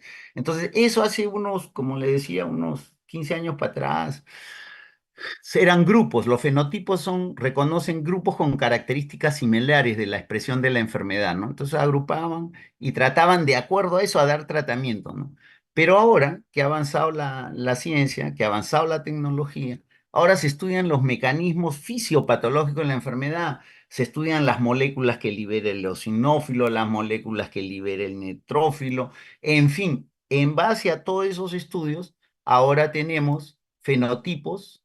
Acá está, fenotipos clínicos y moleculares, dicen. Moleculares por esas moléculas que te estoy contando, ¿no? Que hay interleuquinas, hay un sinfín que en asma, cuando uno se mete a leer y no tiene lectura previa, se confunde. Tiene que agarrar primero algo que esté resumido y un poco claro para poder entender las otras cosas que están más profundas, ¿no? Entonces, estos moleculares tienen que ver con la fisiopatología del asma y por eso se llaman endotipos también. O sea, hay fenotipos que tienen que ver con las características de la enfermedad y endotipos que tienen que ver con la fisiopatología que tienen. Entonces, desde el punto de vista de estos, juntando fenotipos y endotipos, entonces hay una clasificación de esto última, se puede decir, de los últimos años que agrupa en tres, ¿no? Un asma alérgica, que es de inicio temprano y generalmente leve, un asma eosinofílica, quiere decir que los eosinófilos predominan tanto en su esputo como en su sangre, que es de aparición tardía, y aquí están metidas los que son alérgicos a aspirina y a sus primos hermanos que son los AINES, y aquí también está la broncoconstricción inducida por el ejercicio, en este tipo de asma eosinofílica de aparición tardía. Y también hay un asma neutrofílico, donde evidentemente predominan los neutrófilos, ¿no? Y ahí está el asma relacionada con la obesidad, que lo comentamos en antes, y el asma perimenstrual. Sí, sí, sí es cierto eso que ustedes están pensando. Hay pacientes, mujeres con asma, que solo les viene los broncoespasmos cuando menstruan, ¿no? Entonces, esto se ha tratado de hacer con la idea de que por grupos, estos grupos, ahora como ustedes saben, los biológicos están apareciendo, claro, en nuestro medio no mucho todavía, pero ya en otros sitios hay muchos biológicos. Entonces, por decir, determinado biológico le hace bien, por ejemplo, para el asma alérgica, sí, un ejemplo, para el asma alérgica, el mejor probablemente biológico sea el que es, todos son anticuerpos monoclonales, ¿no? Contra la inmunoglobulina E, ¿no? Quizás le vaya mejor a eso, ¿no? Al eosinofílico quizás le vaya un antirleuquina 5, por ejemplo, ¿no? Que ahora vamos a ver qué características tienen, etcétera, ¿no? Pero esto tiene mucho que ver, y esto es mucho lo que se viene de asma, porque se vienen todos estos productos, todos estos biológicos, y estos biológicos se van a usar en función a los mecanismos fisiopatológicos, a los endotipos que se llaman, ¿no? Y por eso esta agrupación se la presento porque la van a ver en los siguientes años, la van a ver así y van a ver que de acuerdo a cada grupo, a este le sirve tal anticuerpo monoclonal, a este otro. Sin embargo, pacientes que no pueden ser tratados con todo lo que hay y recurren a anticuerpos monoclonales son los menos, entre 5 y el 10% de pacientes, o sea, son severos, que no los pueden controlar con corticoides, etcétera, ¿no? Entonces estamos hablando de un pequeño grupo, no quiere decir que como veo yo a algunos colegas ahora están usando desmedidamente estos biológicos, muy bien pudiendo utilizar lo que hay, ¿no? Pero evidentemente algunas ventajas les traerá recetar estos biológicos, pero no debe ser así. Estos son para casos muy seleccionados que no han respondido a todo lo otro y que evidentemente han controlado todo lo que es alergias, han quitado a la mascota de la casa, si hay ansiedad, se están tratando la ansiedad, están haciendo yoga, o sea, todo lo han corregido, todo, ¿no? Y entonces, pues, no es por usar nomás, ¿no? En cuanto al tratamiento, el tratamiento, la forma más sencilla de verlo es el objetivo del tratamiento, ¿cuál es? Siempre les digo, alcanzar, no solo alcanzar, sino mantenerlo en el tiempo, el control de la enfermedad, el control clínico de la enfermedad. Así usted hace su vida totalmente normal. Ya les he dicho que incluso pueden ser campeones olímpicos. Y minimizar riesgo futuro de efectos adversos, de exacerbaciones, etcétera, ¿no? Cuando uno usa un producto, siempre trata de eso. Todos tienen efectos, hasta los productos naturales tienen efectos adversos, no crean que no. Entonces uno trata de minimizar eso, ¿no? Y de que sea efectivo el producto. Bueno, los tipos de medicación para asma, clásicamente, son controladores, o sea, los que controlan, entre comillas, o entre comillas también mejoran o entre comillas curan, porque ya les he dicho que no curan, pero lo mantienen a raya, un control de la enfermedad, ¿no? Y los aliviadores o calmantes, ¿no? Estos son calmantes, ¿no? Un SABA, un salbutamol, solo les va a calmar un momento, 4 horas, 6 horas, y si el mecanismo del asma persiste, reaparece, ¿no? Entonces todo el tiempo está usando, hay gente que años solo usa salbutamol, no sabe que existe antiinflamatorio y no sabe que lo que está usando es un calmante nomás. Él cree que eso es el tratamiento de su enfermedad y no es así. El salbutamol, que es un beta agonista, solo es un calmante. Eso no lo va a curar la enfermedad, ni le va a controlar la enfermedad. Lo que le va a controlar la enfermedad y curar son los antiinflamatorios, ¿no? En este caso, inhalados, ¿no? Inhalados. Entonces, pasemos a los primeros, a los medicamentos controladores, que son los que controlan la enfermedad. Son medicamentos que se administran diario, no cuando estás mal, no, diario, y largo plazo. ¿Qué cosa es largo plazo? Un asmático así importante, largo plazo es 1 año o 2 años, ¿no? Si lo ha usado muy bien, de acuerdo a las indicaciones del médico, todo, después de ese tiempo lo deja y está tranquilo mucho tiempo. Podría después regresarle, pero está tranquilo un buen tiempo y son administrados diarios, no se olviden. No es administrado solo cuando está mal. A la cabeza están los glucocorticoides inhalados, ¿no? ¿Por qué los inhalados? Porque siempre se vio, siempre hace muchos años, se ha visto que los corticoides, la prednisona, todo eso, cuando tomaban los pacientes con asma mejoraban. Pero como es una enfermedad crónica, eso se fue descubriendo poco a poco. Tendría que tomar pues prednisona 1 año o 2 años, ¿no? Y evidentemente 1 año de prednisona le va a salir Cushing, se le va a subir el azúcar, va a dar osteoporosis. Entonces tuvieron que crear algo que no vaya a otras partes del cuerpo, un corticoide, y que solo vaya a los bronquios, nada más. No quiero corticoide en mis vasos sanguíneos, no quiero corticoide en mi hueso, no quiero corticoide en mis glándulas, etcétera. Entonces, solo a los bronquios. Y diseñaron los corticoides inhalados, obviamente, ¿no? Entonces, aquí pongo inhalados sistémicos porque en un pequeño porcentaje de pacientes que son muy severos están que pueden usar ustedes estos corticoides inhalados y los que tienen recursos o seguros podrían usar los biológicos, ¿no? Pues son los extremos, ¿no? Eso para pacientes, ya les digo, entre 5% más o menos. El resto se cura muy bien con corticoides inhalados. También tenemos a los antileucotrienos que no vienen en inhalados, sino son pastillitas, ¿no? Y son antiinflamatorios, porque los leucotrienos son moléculas inflamatorias, ¿no es cierto? Antileucotrienos, antiinflamatorios. También tenemos esos glucocorticoides inhalados mezclados con beta 2 agonistas de acción prolongada. Beta 2 agonistas de acción prolongada son beta 2 agonistas que duran o 12 horas o 24 horas, ¿no? En los últimos años están saliendo de 24 horas, ¿no? Por ejemplo, el indacaterol de 24 horas. ¿No? El formoterol es de 12 horas, ¿no? Pero no menos, ¿no? De 12 horas a 24 horas. De tal forma que como el glucocorticoide también se administra cada 12 horas, ustedes pueden mezclar dos productos que se administran cada cierto tiempo en la misma. Ustedes no pueden mezclar un glucocorticoide que dura 12 horas con un salbutamol. No lo pueden mezclar porque el salbutamol solo dura 4 horas. ¿Cómo se quedaría el paciente una brecha de tiempo que no habría salbutamol en su organismo y eso no es lo que se desea, ¿no? Entonces, por eso se unen los glucocorticoides a beta 2 agonistas de acción prolongada, no a los de corta, no, a los de acción prolongada. También tenemos el tiotropio.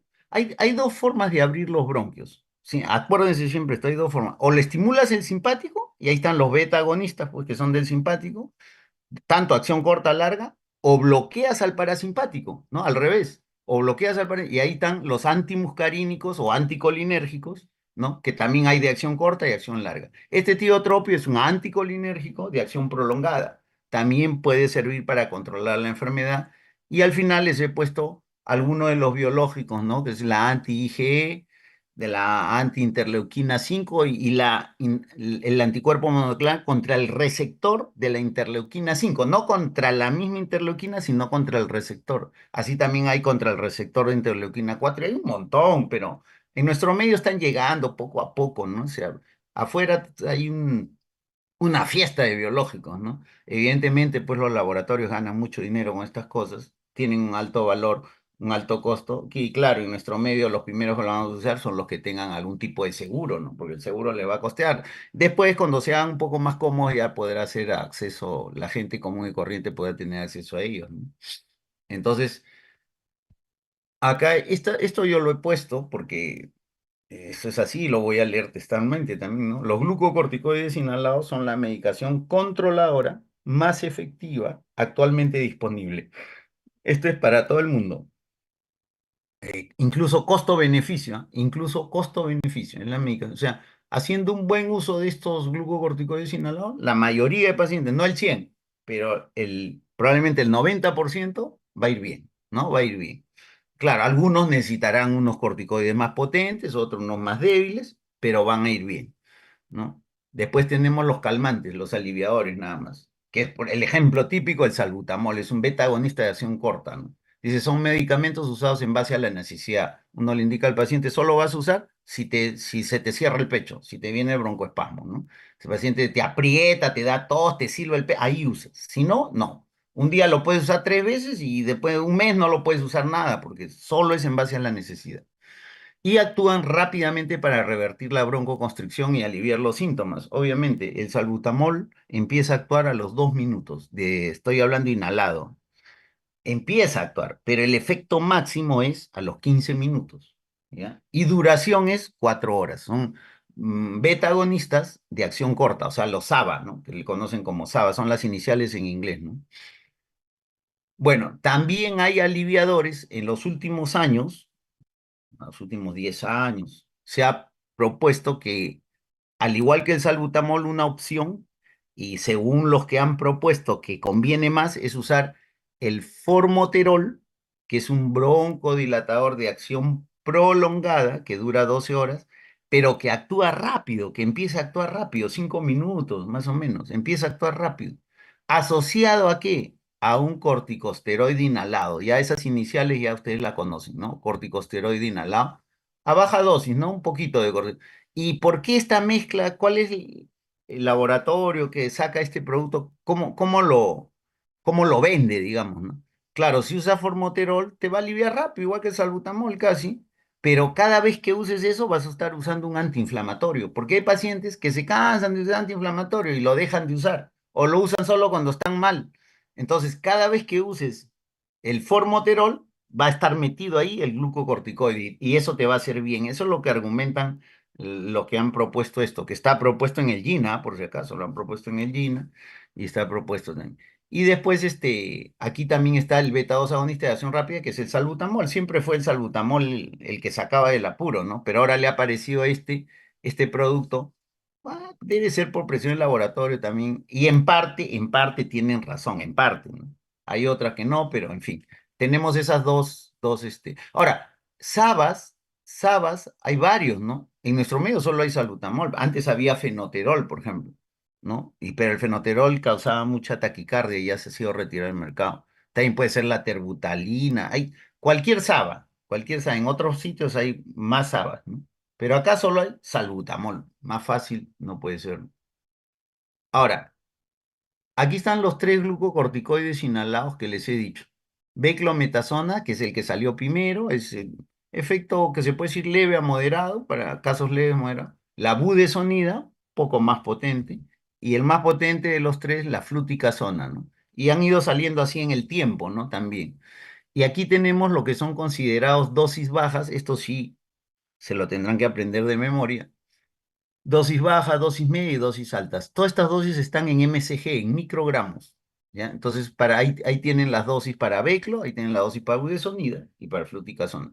¿Por qué? Porque en las indicaciones de tratamiento se dice, por ejemplo, para tal caso de asma, usted va a usar glucocorticoide inhalado a dosis media. Así te dicen en el cuadrito, ¿no? O a dosis alta o a dosis baja. Entonces, estas dosis hay que aprendérselas, ¿no? Favorablemente para nosotros no tenemos mucho, en otros sitios hay más glucocorticoides inhalados, no tal la triancinolona, otros, hay varios. Bueno, en cuanto a broncodilatores, ya le dije que hay dos formas de broncodilatar. Una es estimulando al simpático y ahí lo tenemos a los beta 2 adrenérgicos. Entonces, los de acción corta, que son SABA, son las iniciales, ¿no? Beta agonistas de acción corta. Ahí tenemos dos, salbutamol, fenoterol. Fenoterol ya no hay en nuestro medio, ya no lo, probablemente debe haber, ¿no? No sé, pero ya no lo indicamos hace años. Solo usamos salbutamol. Dura 4 horas. Los beta agonistas de acción prolongada que le dicen los LAVA, ahí tenemos, el primero que salió fue el salmeterol y viene unido, generalmente ahora solo no hay, viene unido a fluticasona, el formoterol, que también solo ya no hay, y viene unido a la budesonida, y después el bilanterol y el indacaterol, los dos primeros, el salmeterol y el formoterol, duran 12 horas. Y en cambio el bilanterol y el indacaterol duran 24 horas, o sea, se administran una vez al día, ¿no? Es más fácil, ¿no? Bueno, y tenemos los otros que actúan por otro lado, bloqueando al parasimpático, o sea, los muscarínicos o antimuscarínicos, ¿no? Entonces tienen los antimuscarínicos de acción corta, que son los AMA, el clásico, el bromuro hipatropio, y el LAMA, que son antimuscarínicos de acción prolongada. También se puede decir anticolinérgicos, ¿no? Porque los receptores muscarínicos o colinérgicos, ¿no? No, por ahí ven colinérgicos y de repente piensan que es otra cosa. Entonces, los LAMA, que son los que hay en nuestro medio, es el tiotropio y el licopirronio, ¿no? El tiotropio ahí solo, el licopirronio sí está combinado al indacaterol. Bueno, ahora, aquí en esta diapositiva le voy a presentar algunas iniciales que ya le hemos estado conversando para poder entender lo que es ya un tratamiento. Yo entiendo que muchos de ustedes no van a hacer neumólogos, no van a manejar esto, pero una idea, ¿no? Tener una idea de cómo se usan estas cosas, ¿no? Este circulito, que también está en inglés, pero es totalmente entendible, es bien importante, porque ¿cuál es la idea de esto? Yo no puedo llevar a un asmático a su control con solo una visita al año. Es imposible. Hay asmáticos, doctor, ¿se acuerda? Yo vine, doctor, pero sigo mal, ¿no? Pero te has desaparecido, ¿no? O sea, ¿por qué? ¿Por qué el paciente tiene que venir a controles? Inicialmente será cada mes, después cada 2 meses, no sé, y en la medida en que mejora se distancian los controles. Porque no solo es la primera evaluación inicial, esto que está en celeste, ¿no? Que dice evaluación, una evaluación inicial donde confirmamos el diagnóstico de AMA, preguntamos sobre síntomas, preguntamos sobre comorbilidades, etcétera, cómo es la adherencia del paciente a través, etcétera, sino también el control. Y en el control, que puede ser inicialmente a los 15 días o al mes, ajustamos cosas, ajustamos medicamentos, seguimos preguntando sobre otras cosas, vemos si modificamos el tratamiento, vemos si modificamos si hay otros factores de riesgo y lo modificamos, vemos otras estrategias farmacológicas, aparte de las farmacológicas, reforzamos la educación del... En una sola visita yo no le puedo explicar al paciente toda su enfermedad, no se puede. O sea, en una visita de 15, 20 minutos, uno explica algunas cosas y después poco a poco va explicando el resto, ¿no?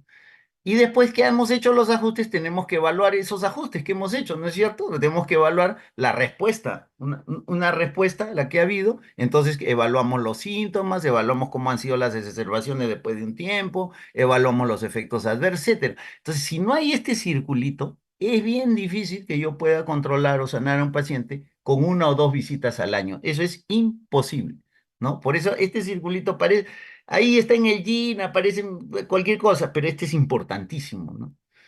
Bueno, una cosa con los glucocorticoides inhalados, de una vez que hemos controlado a nuestro paciente su enfermedad con un glucocorticoide inhalado X, y dicho sea de paso, modifico el glucocorticoide y su dosis cada 3 meses, antes no, cada 3 meses, o sea, hay que darle chance, los glucocorticoides demoran, ¿no? Así, hay que dar chance 3 meses, ya sea para subir, ya sea para bajar. Entonces, de una vez que ya se ha controlado al paciente, ya comienzo a bajar la dosis de corticoide. ¿Para qué? Para saber cuál es la mínima dosis de corticoide con la cual yo tengo a este paciente totalmente controlado, ¿no? Para no estar usando dosis altas. Incluso a pesar de que son inhalados, ¿no? Podrían en algún momento tener un problema. Los problemas son mínimos, son realmente, si se usa la dosis que los médicos indican, son mínimos. Lamentablemente, algunos pacientes se disparan, comienzan a dispararse más, y eso sí trae problemas, ¿no? Ya, entonces, ahora, en cuanto al tratamiento del asma, este cuadrito ustedes pensarán que es complicado, ven unos pasos, ahí ven dos partes acá. Acá hice un aliviador. En todos los casos, en todas las etapas, desde el paso uno 2 que son para los asmas leves apenas, ¿no? Hasta el paso 5 que son para las asmas más severas, en todos está el aliviador, el calmante, que puede ser salbutamol solo, y lo que predica ahorita el Gina más es el formoterol unido a un corticosteroide inhalado de baja dosis, ¿no? Ese, en todos, por eso está en todos eso.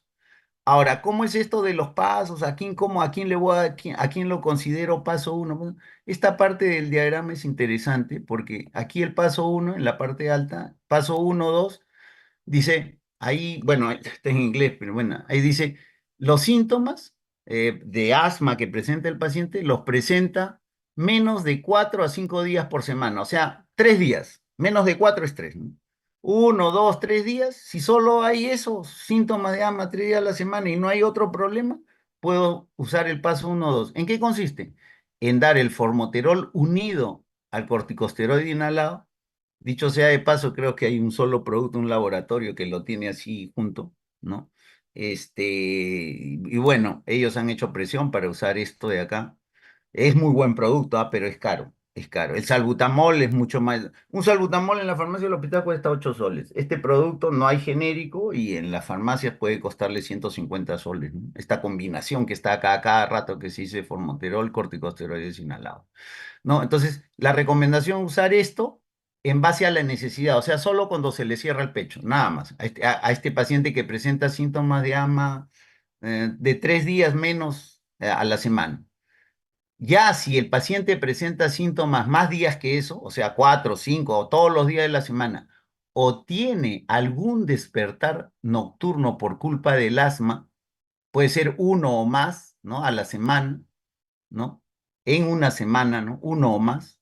Entonces voy a este paso 3.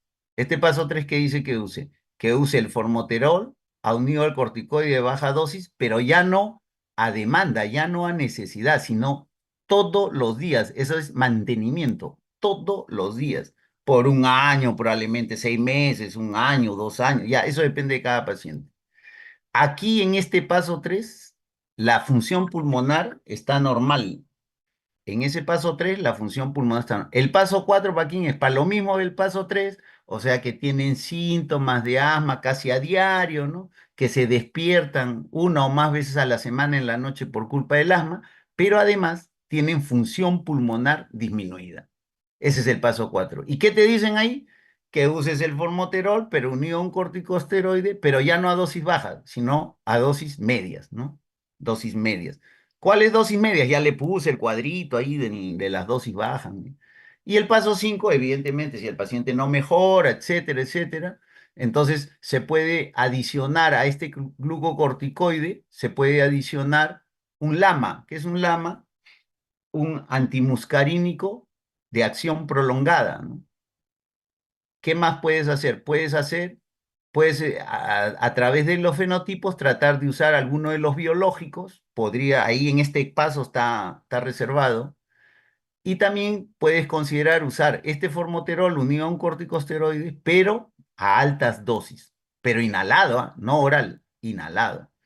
Tanto en el paso 4 o en el paso 5 puedes reforzarlo, lo que dice acá encima del paso 5 puedes reforzar este tratamiento con una dosis corta de corticosteroides vía oral. ¿Qué usamos? Prednisona. ¿Qué es dosis corta? Algo de 5 días, ¿no? Una dosis corta, poco tiempo, ¿no? Puedes reforzarlo inicialmente, ¿no? Y en todos los casos está, como le digo, el aliviador, que puede ser solo salbutamol o lo que recomiendan más acá en el GINA, el formoterol unido al corticosteroide de acción baja. El producto que se llama Symbicort, para que lo conozcan, no para hacerle propaganda. De hecho, ya ustedes están escuchando que yo no soy muy, por el costo, que mayoría de mis pacientes, yo trabajo en el 2 de mayo, la mayoría de mis pacientes no pueden comprar esto, solo salbutamol, ¿no? Bueno, de allí vemos algunas cosas. Mira, la terapia biológica ya les he dicho, está para 5 a 10% de pacientes, no más, ¿no? Puede ser el boom, a todos les puede gustar, pero es nada más, ¿por qué? Porque es muy caro al comienzo, porque hay otras cosas que se deben hacer antes de usar esto, ¿no? Entonces, el más común usado, el que salió primero en nuestro medio y en el mundo, ¿no? El anticuerpo monoclonal contra la inmunoglobulina E. Esto va bien en los alérgicos, todo lo que son alérgicos va muy bien. Los que tienen inmunoglobulina elevada por encima de 300, de 300 les va bien esto. Se llama, en nuestro medio, en todo el mundo se llama omalizumab, ¿no? Puede ser usado por adultos y jóvenes mayores de 16 años. En las últimas recomendaciones, ya niños mayores de 12 años también lo pueden usar. Se usa en un asma alérgica grave, persistente, que no ha podido ser controlada con todos los factores que se han corregido en la casa, en la dieta, etcétera, y con las medicinas que le hemos dado. Ahí nomás entra a tallar esto, ¿ya? No es una cosa que se le va a dar a cualquiera. Pueden tener, la mayoría deben tener un test cutáneo positivo a diferentes alergenos y asociado evidentemente con una función pulmonar disminuida, ¿no? Tienen exacerbaciones severas. Tener diferentes exacerbaciones severas es peligroso porque en una de esas exacerbaciones se podría morir el paciente. Una exacerbación severa puede causar la muerte, puede llevar a la muerte de un paciente. Así que por eso esos pacientes que tienen exacerbaciones severas en forma frecuente, rápido hay que controlar la enfermedad porque si no en una de esas el paciente puede irse. Bueno, y se indica como un tratamiento, como dice ahí, un tratamiento adicional a los otros medicamentos, generalmente a los corticosteroides inhalados, ¿no? Son unas ampollitas de 150 miligramos que se aplican en forma subcutánea. Puede ser cada 2 a 4 semanas y el tratamiento puede ir hasta 4 meses, ¿no? Ahí lo que dice ahí, 16 semanas, ¿no? Todo tiene reacciones adversas, puede tener, están dentro del rango de lo permitido, que no pasan, creo, del 7%, 5%. Evidentemente, si es una ampolla, puede haber un dolor en lugar de donde se aplica, puede haber rubor, picazón en esa zona, puede haber cefalea, diarrea, faringitis, todo lo que tienen ahí, ¿no? Puede tener, ¿no?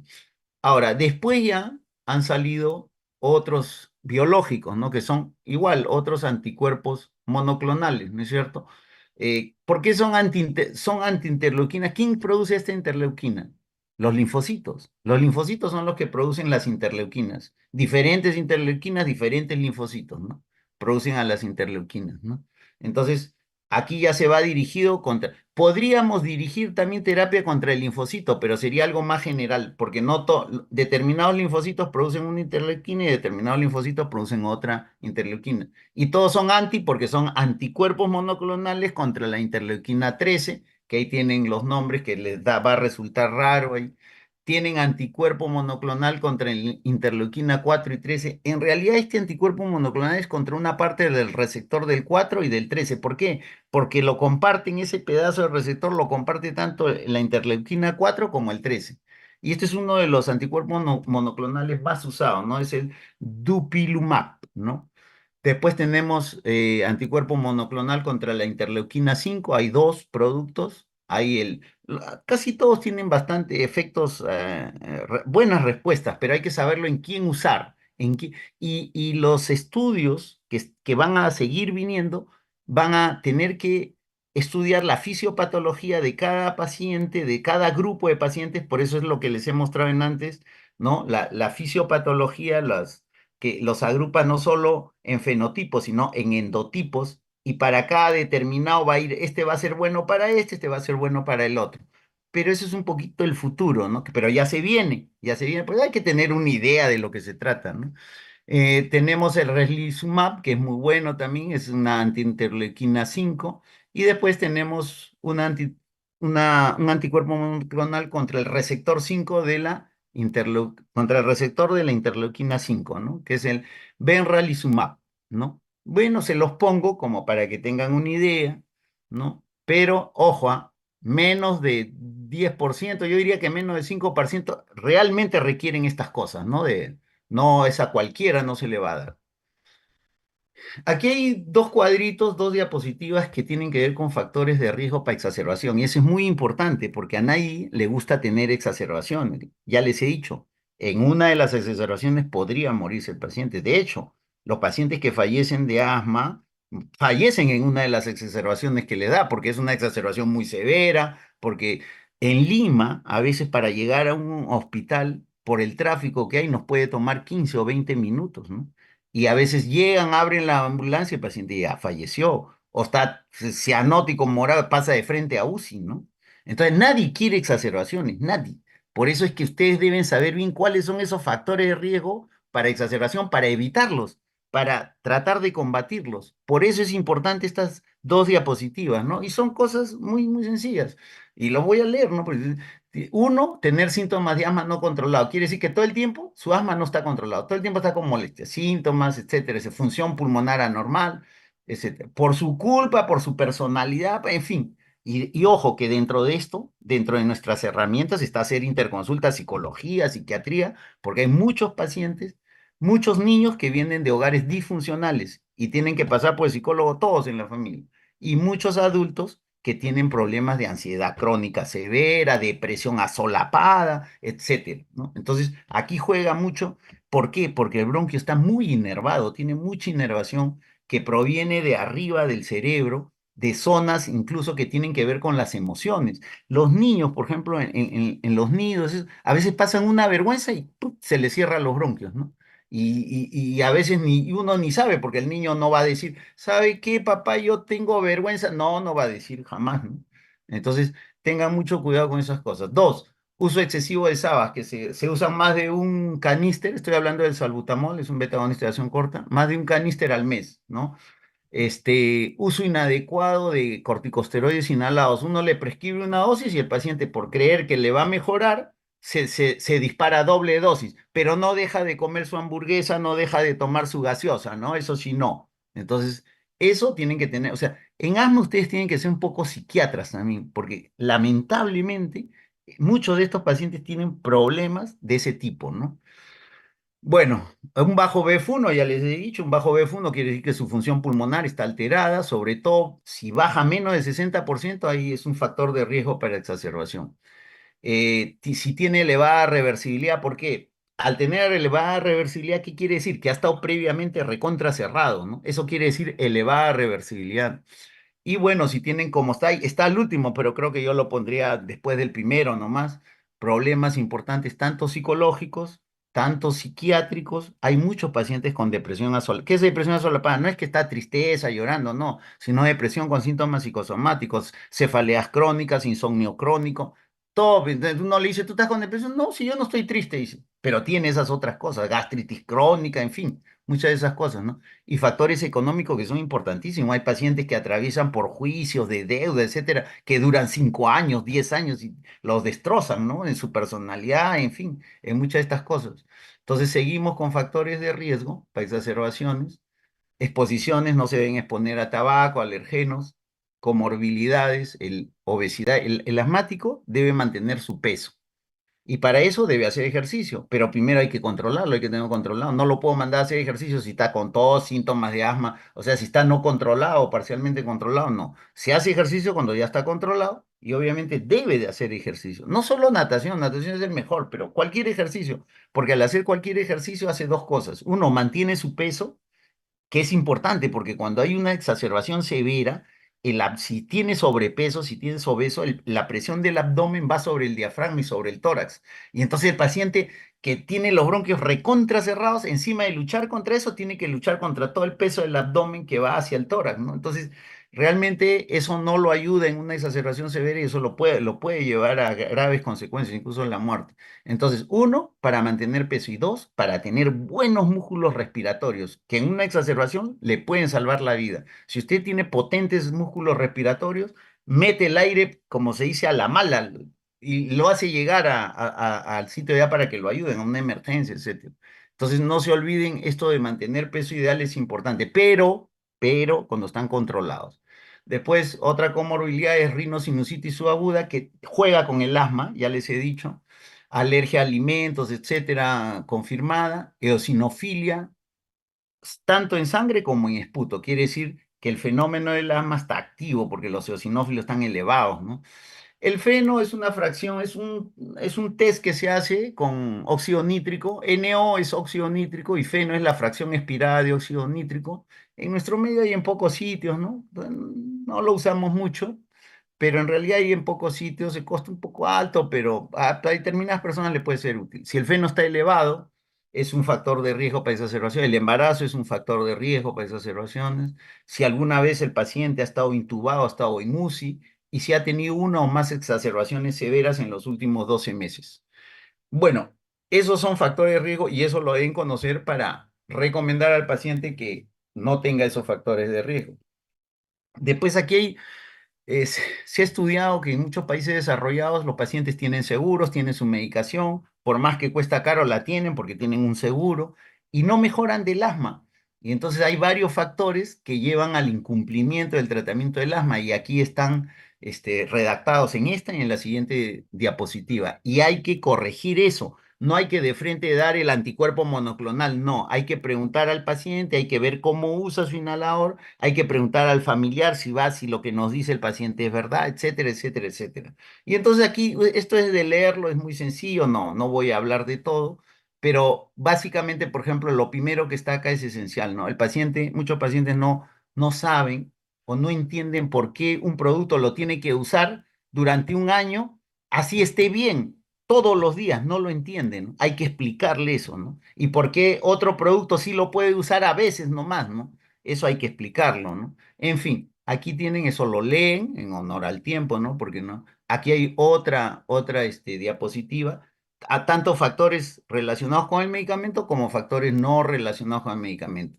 Aquí pudiese estar este miedo que mucha gente o muchas mamás tienen que dice, esos aparatos le van a causar adicción a mi hijo, nada que ver, eso, no sé, pagan una consulta de 200 soles y van y le creen a la que le vende verduras, ¿no? Entonces, no sé, pero son miedos, son básicamente miedos, temores que se vencen explicando, ¿no?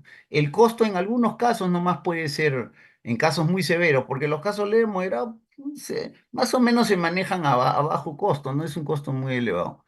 Y bueno, por ejemplo, acá dentro de este grupo hay aspectos, los miedos, las dudas de los pacientes, hay aspectos culturales, etcétera. Y aquí abajo hay un dice aspectos familiares, ¿no? Entonces yo, si tengo un hijo asmático y es el papá pues no puede estar fumando en la casa, ¿no?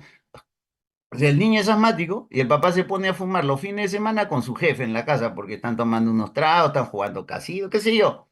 Y entonces, no, pero dice el papá, dice, no, pero el cuarto del niño está al fondo, ¿no? El humo llega y sobre todo, si es en invierno y tienen la ventana cerrada, ellos empiezan a fumar y a la media hora el niño comienza a toser. Y eso que está a varios cuartos, como dice, está al fondo su cuarto, ¿no? Pero no entiende que no debe hacer eso, no lo quiere dejar de hacer. Ya, eso es psiquiatría, pues, ¿no? Ya. Otra, la clásica, ¿no? El niño que tiene a la hermana de 20 años y la hermana tiene su gato y come con el gato, estudia con el gato, duerme con el gato un poco más y ya va a tener sexo con el gato, ¿no? Entonces no puedes, no, y no quiere dejar al gato, y no quiere dejar. Pues es una familia disfuncional, pues eso tiene que ir al psicólogo, al psiquiatra, ¿no? No cabe otra. El niño está hasta las patas del asma, están gastando un montón de plata, pero no quieren dejar esas cosas. Imposible. Por eso les he dicho, la familia, todos tienen que colaborar para que si un niño, una persona está mal de asma, esta se pueda curar, ¿no? Estas cosas son leerlas nada más, aquí cómo evitar los alergenos, cómo combatir los ácaros, eso se lee, no voy a explicar. A los animales, ¿no? Uno de los más alergenos pues es el gato, no porque el pelo del gato va a entrar hasta el bronquio, pues no, el gato libera una caspita, ¿no? Todos los animales, nosotros igual que nosotros en nuestra piel, que se libera la piel igualito. Entonces, gato, cucaracha, se han estudiado la capa, la parte externa de la cucaracha, también libera unas proteínas que son bien alergénicas, ¿no? El perro no tanto, pero el gato más y hasta cucarachas, hay quienes han estudiado estas cosas y por eso siempre hay que tener higiene en la casa, limpieza, etcétera, ¿no?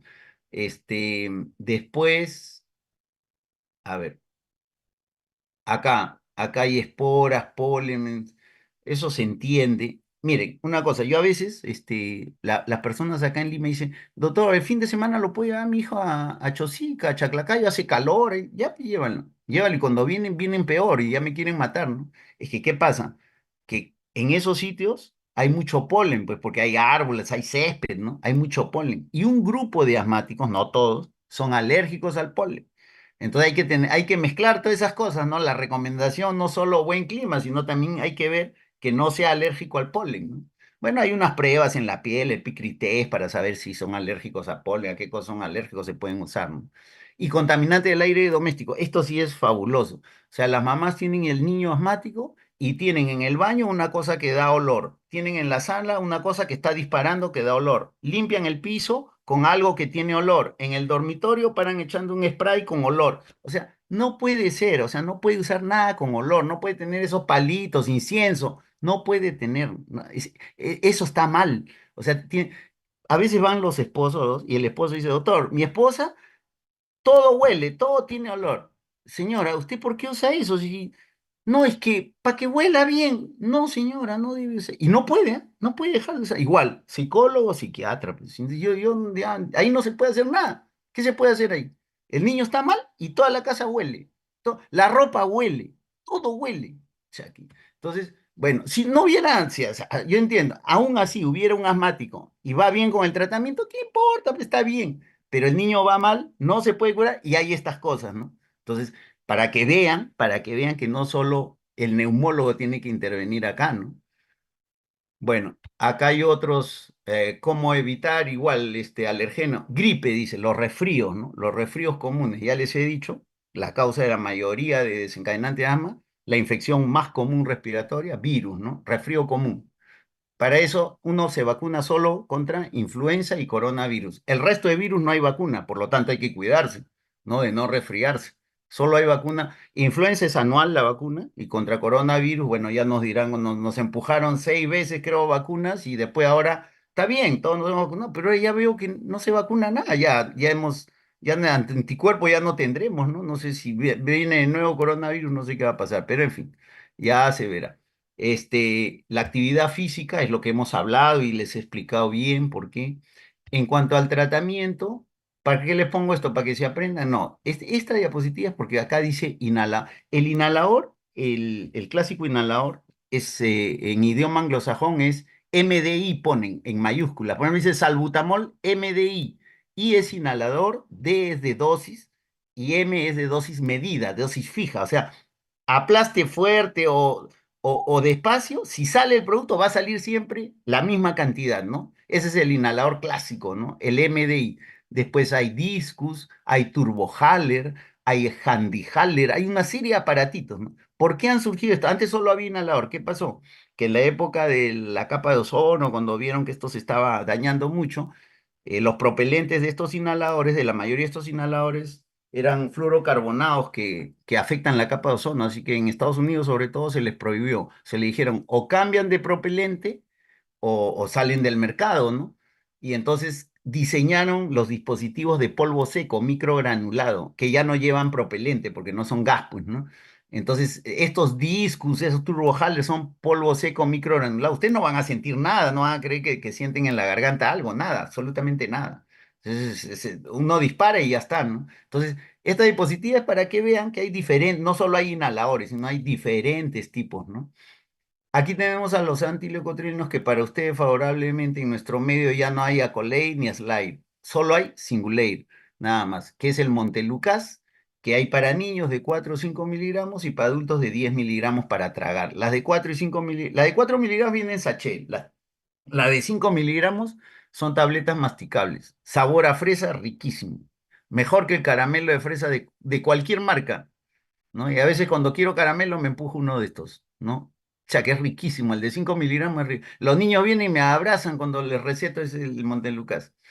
Ya, y entonces, ¿qué cosa es el Montelukast? Igual se usa como el corticoide, se usa todos los días, se usa por un plazo, porque es un antiinflamatorio, ¿no? Antiinflamatorio, se usa por un plazo de un año, 6 meses, un año, y después se quita y se observa al paciente, ¿no? Y eso sí hay que tomarlo todos los días, pero es mucho más fácil porque a veces el cargar el inhalador, bueno, para todos gustos hay, pues, ¿no? Entonces, estos son antileucotrienos. Después, esta diapositiva tiene otro fin, no es que se aprendan, sino que vean acá, por ejemplo, esta fluticasona es uno de los antiinflamatorios inhalados que les he dicho, y miren acá, el producto está acá, ceretide de todas desde 50 hasta 500, 50 microgramos de fluticasona de antiinflamatorio, y hay hasta de 500, o sea, hasta, este es para bebitos, ¿no? 50. 500 es 10 veces más, ¿no? 10 veces más. Entonces, tienen a disposición variedad de dosis, lo que necesiten usar. Esto lo pueden, los inhaladores, los MDI, lo usan sea, después de nacido neonatos ya algunas veces estamos usando, ¿no? Con unas aerocámaras pequeñas especiales, ¿no? Después hay aerocámaras de niños, ¿no? Los niños de 2, 3, 4 años lo pueden usar perfectamente, ¿no? Y acá tienen, claro, este es otro, el Symbicort, que une la budesonida con el formoterol, el que está recomendado en el GINA, que hemos hablado en el tratamiento, ¿no? Evidentemente estos productos pueden ser caros, sobre todo los que contienen más alto corticoide, ¿no? Pero son para los menos, ¿no? Ahora, tenemos que hablar de alguna cosa sencilla, que son, nosotros tenemos linfocitos y hay linfocitos helper, ¿no? Los linfocitos TH, linfocitos T helper. Cuando uno dice es una enfermedad inflamatoria y ustedes, yo tengo así, a veces en las calles me he comprado algunos libros, así, cosas anecdóticas, en libros que tratan sobre asma de hace más o menos 50 años, 40 años. La etiología del asma, la causa, eran los basófilos. Le echaban la culpa a los basófilos que liberan sus gránulos de histamina. Así lo van a encontrar. Agarren un libro viejo y van a encontrar eso.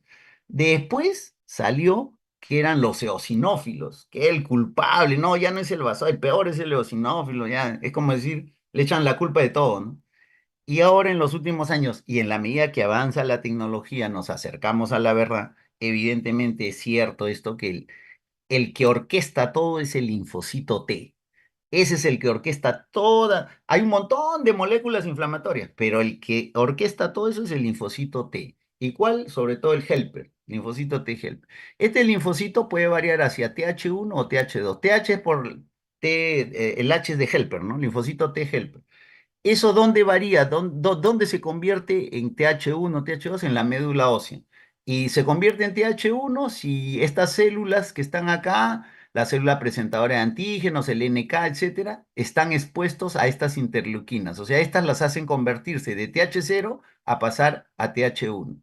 Y acá, ese de TH0 pasa a TH2 si está expuesto estos mastocitos, estas células presentadoras de antígenos, etcétera, este TH0, si se pone interleuquina 10 o interleuquina 4, lo hace convertir en TH2. Estos dos tienen que estar en equilibrio, como en una balanza, TH1 con TH2. Si hay desequilibrio a favor de uno, ¿cuándo se dice que hay desequilibrio a favor de uno? Que una persona, un paciente tenga mucho TH1 en zonas donde hay muchas infecciones, o sea, en sitios muy pobres zonas de la India, porque en la India ahora hay zonas ricas, ¿no? Pero zonas muy pobres de la India, Perú, a muchos países de América Latina, ¿no? El TH1, ¿por qué? ¿Qué se encarga el TH1? Ahí está. El TH1 se encarga de liberar interleuquinas que tienen que ver contra las infecciones, tanto bacterianas como virales. Entonces ahí tenemos incluso el interferón gamma, que ustedes saben que se usa para las infecciones, interleuquina 2, 12, 18, todo eso se estimula a las células para luchar contra infecciones. Y el TH2, ¿qué cosa es? Es un linfocito que produce estas interleuquinas, 4, 5, 9, 13. ¿En base a qué? ¿Por qué produce? Esto, si el TH2 pesa más, está desbalanceado, esto tiene que ver que está a favor de enfermedades alérgicas, enfermedades como atopia de piel, rinitis alérgica, asma, etcétera. Por eso se dice que los que tienen, esta es teoría de la higiene, algunos dicen teoría de la higiene, los que tienen mucho TH2 ya son ciudades, son lugares donde han vencido a las infecciones, son gente de plata generalmente que son limpias, pues hay limpieza, por eso no hay tantas infecciones, y más bien tienen estas alergias, estas cosas, ¿no? Entonces, esto es lo mismo que esto, estamos hablando de TH1 con lo de infecciones respiratorias, pobre salubridad, pobreza, ¿no? Pobre polución, hacinamiento. Y TH2 no es pobreza, sino más bien todo está bien, pero hay alergias, eczema, rinitis, etcétera, ¿no?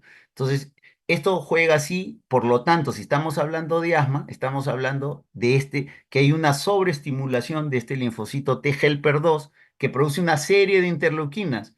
Por eso es que ahora tenemos anticuerpos monoclonales contra esas interleuquinas que produce este TH2, ¿no? En la diapositiva anterior, me olvidé de decirles esto, este TH2 produce interleuquina 4. Ustedes han visto que hay un anticuerpo monoclonal contra interleuquina 4. Ahí está el 5, está el 13, etcétera, ¿no?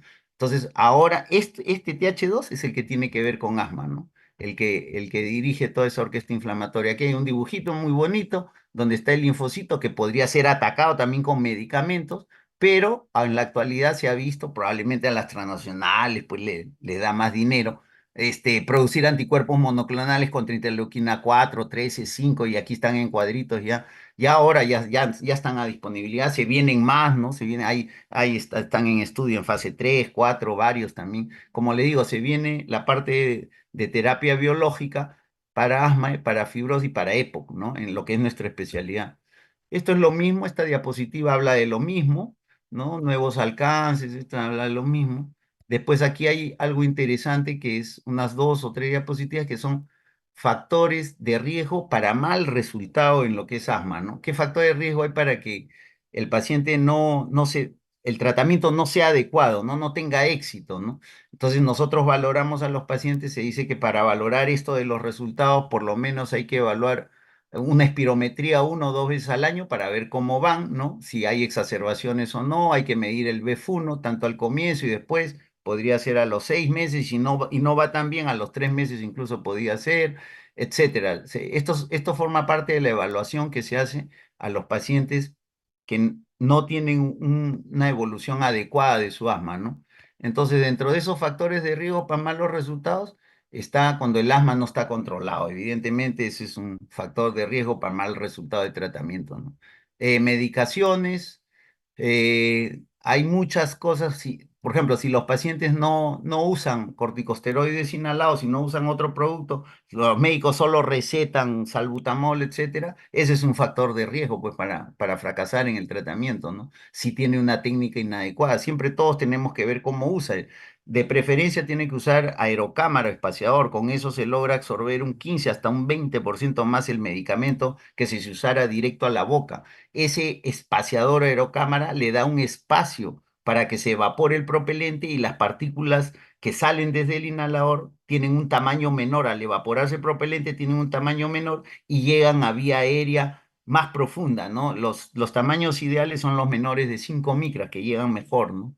Por eso siempre es importante usar. Obviamente, si está en la calle no va a estar con el aerocámara, pues en la calle lo usará directo, pero en su casa, cuando está en su oficina, en su trabajo, sí puede usar su aerocámara, ¿no? Bueno, comorbilidades, todas estas comorbilidades hay que resolverlas. Miren, el reflujo gastroesofágico es una de las patologías más comunes en Lima y creo que en la costa, ¿no? Nosotros sufrimos mucho del estómago, tenemos mucho Helicobacter pylori, nuestras comidas muy condimentadas, con ají, etcétera. El reflujo quiere decir que el contenido del estómago, el ácido, regresa por el esófago y una parte llega hasta la vía aérea y se mete a los bronquios. Eso es causa de mal manejo y mal resultado de tratamiento, cuando no se ha evaluado que el paciente tiene ese reflujo, ¿no? Y muchos obesos también, el sobrepeso, la forma del abdomen, todo en el obeso hace que tenga reflujo, ¿no? Evidentemente, tener un foco infeccioso en la nariz o en los senos paranasales es causa también de no mejorar en el asma, ¿no? Evidentemente, ya hablamos de la ansiedad, la depresión, los alimentos, etcétera, ¿no?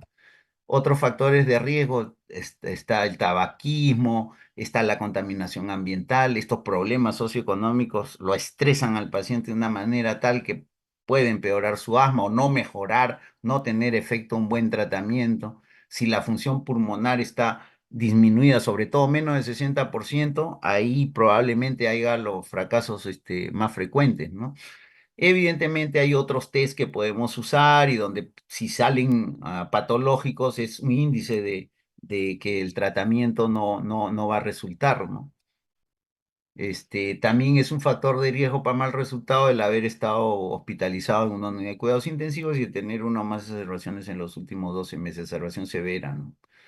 Ya, ahora, en cuanto a las observaciones, rapidito más.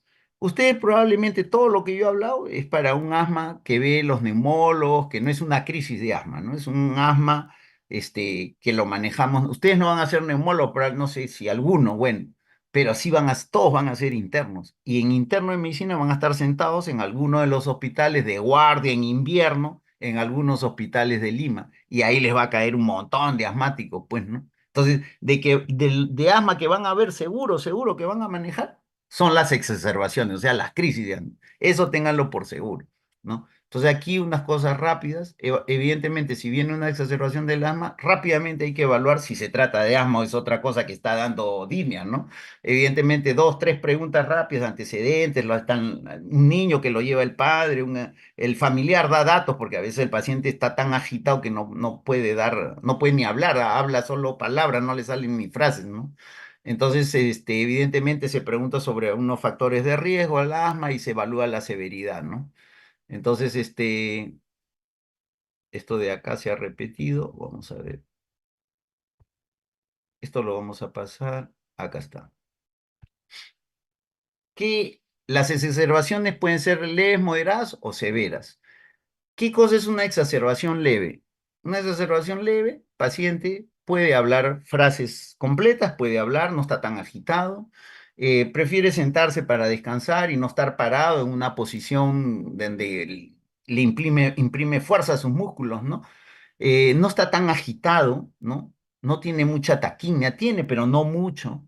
Su frecuencia respiratoria está aumentada, ustedes saben que hasta 20 es normal, ¿no? Entonces está aumentada, pero no pasa de 30, no pasa de 30 respiraciones por minuto. No hay tirajes, o sea, no hay uso de músculos accesorios. La frecuencia del pulso, o sea, la frecuencia cardíaca, no pasa de 120, está entre 100 y 120. Su saturación no baja de 90, está entre 90 y 95. Y su PEF, que se hace en pocos sitios en la emergencia, que es el flujo expiratorio pico con el flujómetro, está mayor del 50% del predicho. Así se hace un diagnóstico de una exacerbación leve o moderada. ¿Cómo se trata esta exacerbación leve o moderada? Sencillo. Se usa, ni siquiera nebulizamos, ¿ah? Usamos SABA, o sea, beta agonista de acción corta, o sea, salbutamol. 4 a 10 puff de MDI, o sea, del inhalador de dosis media con aerocámara.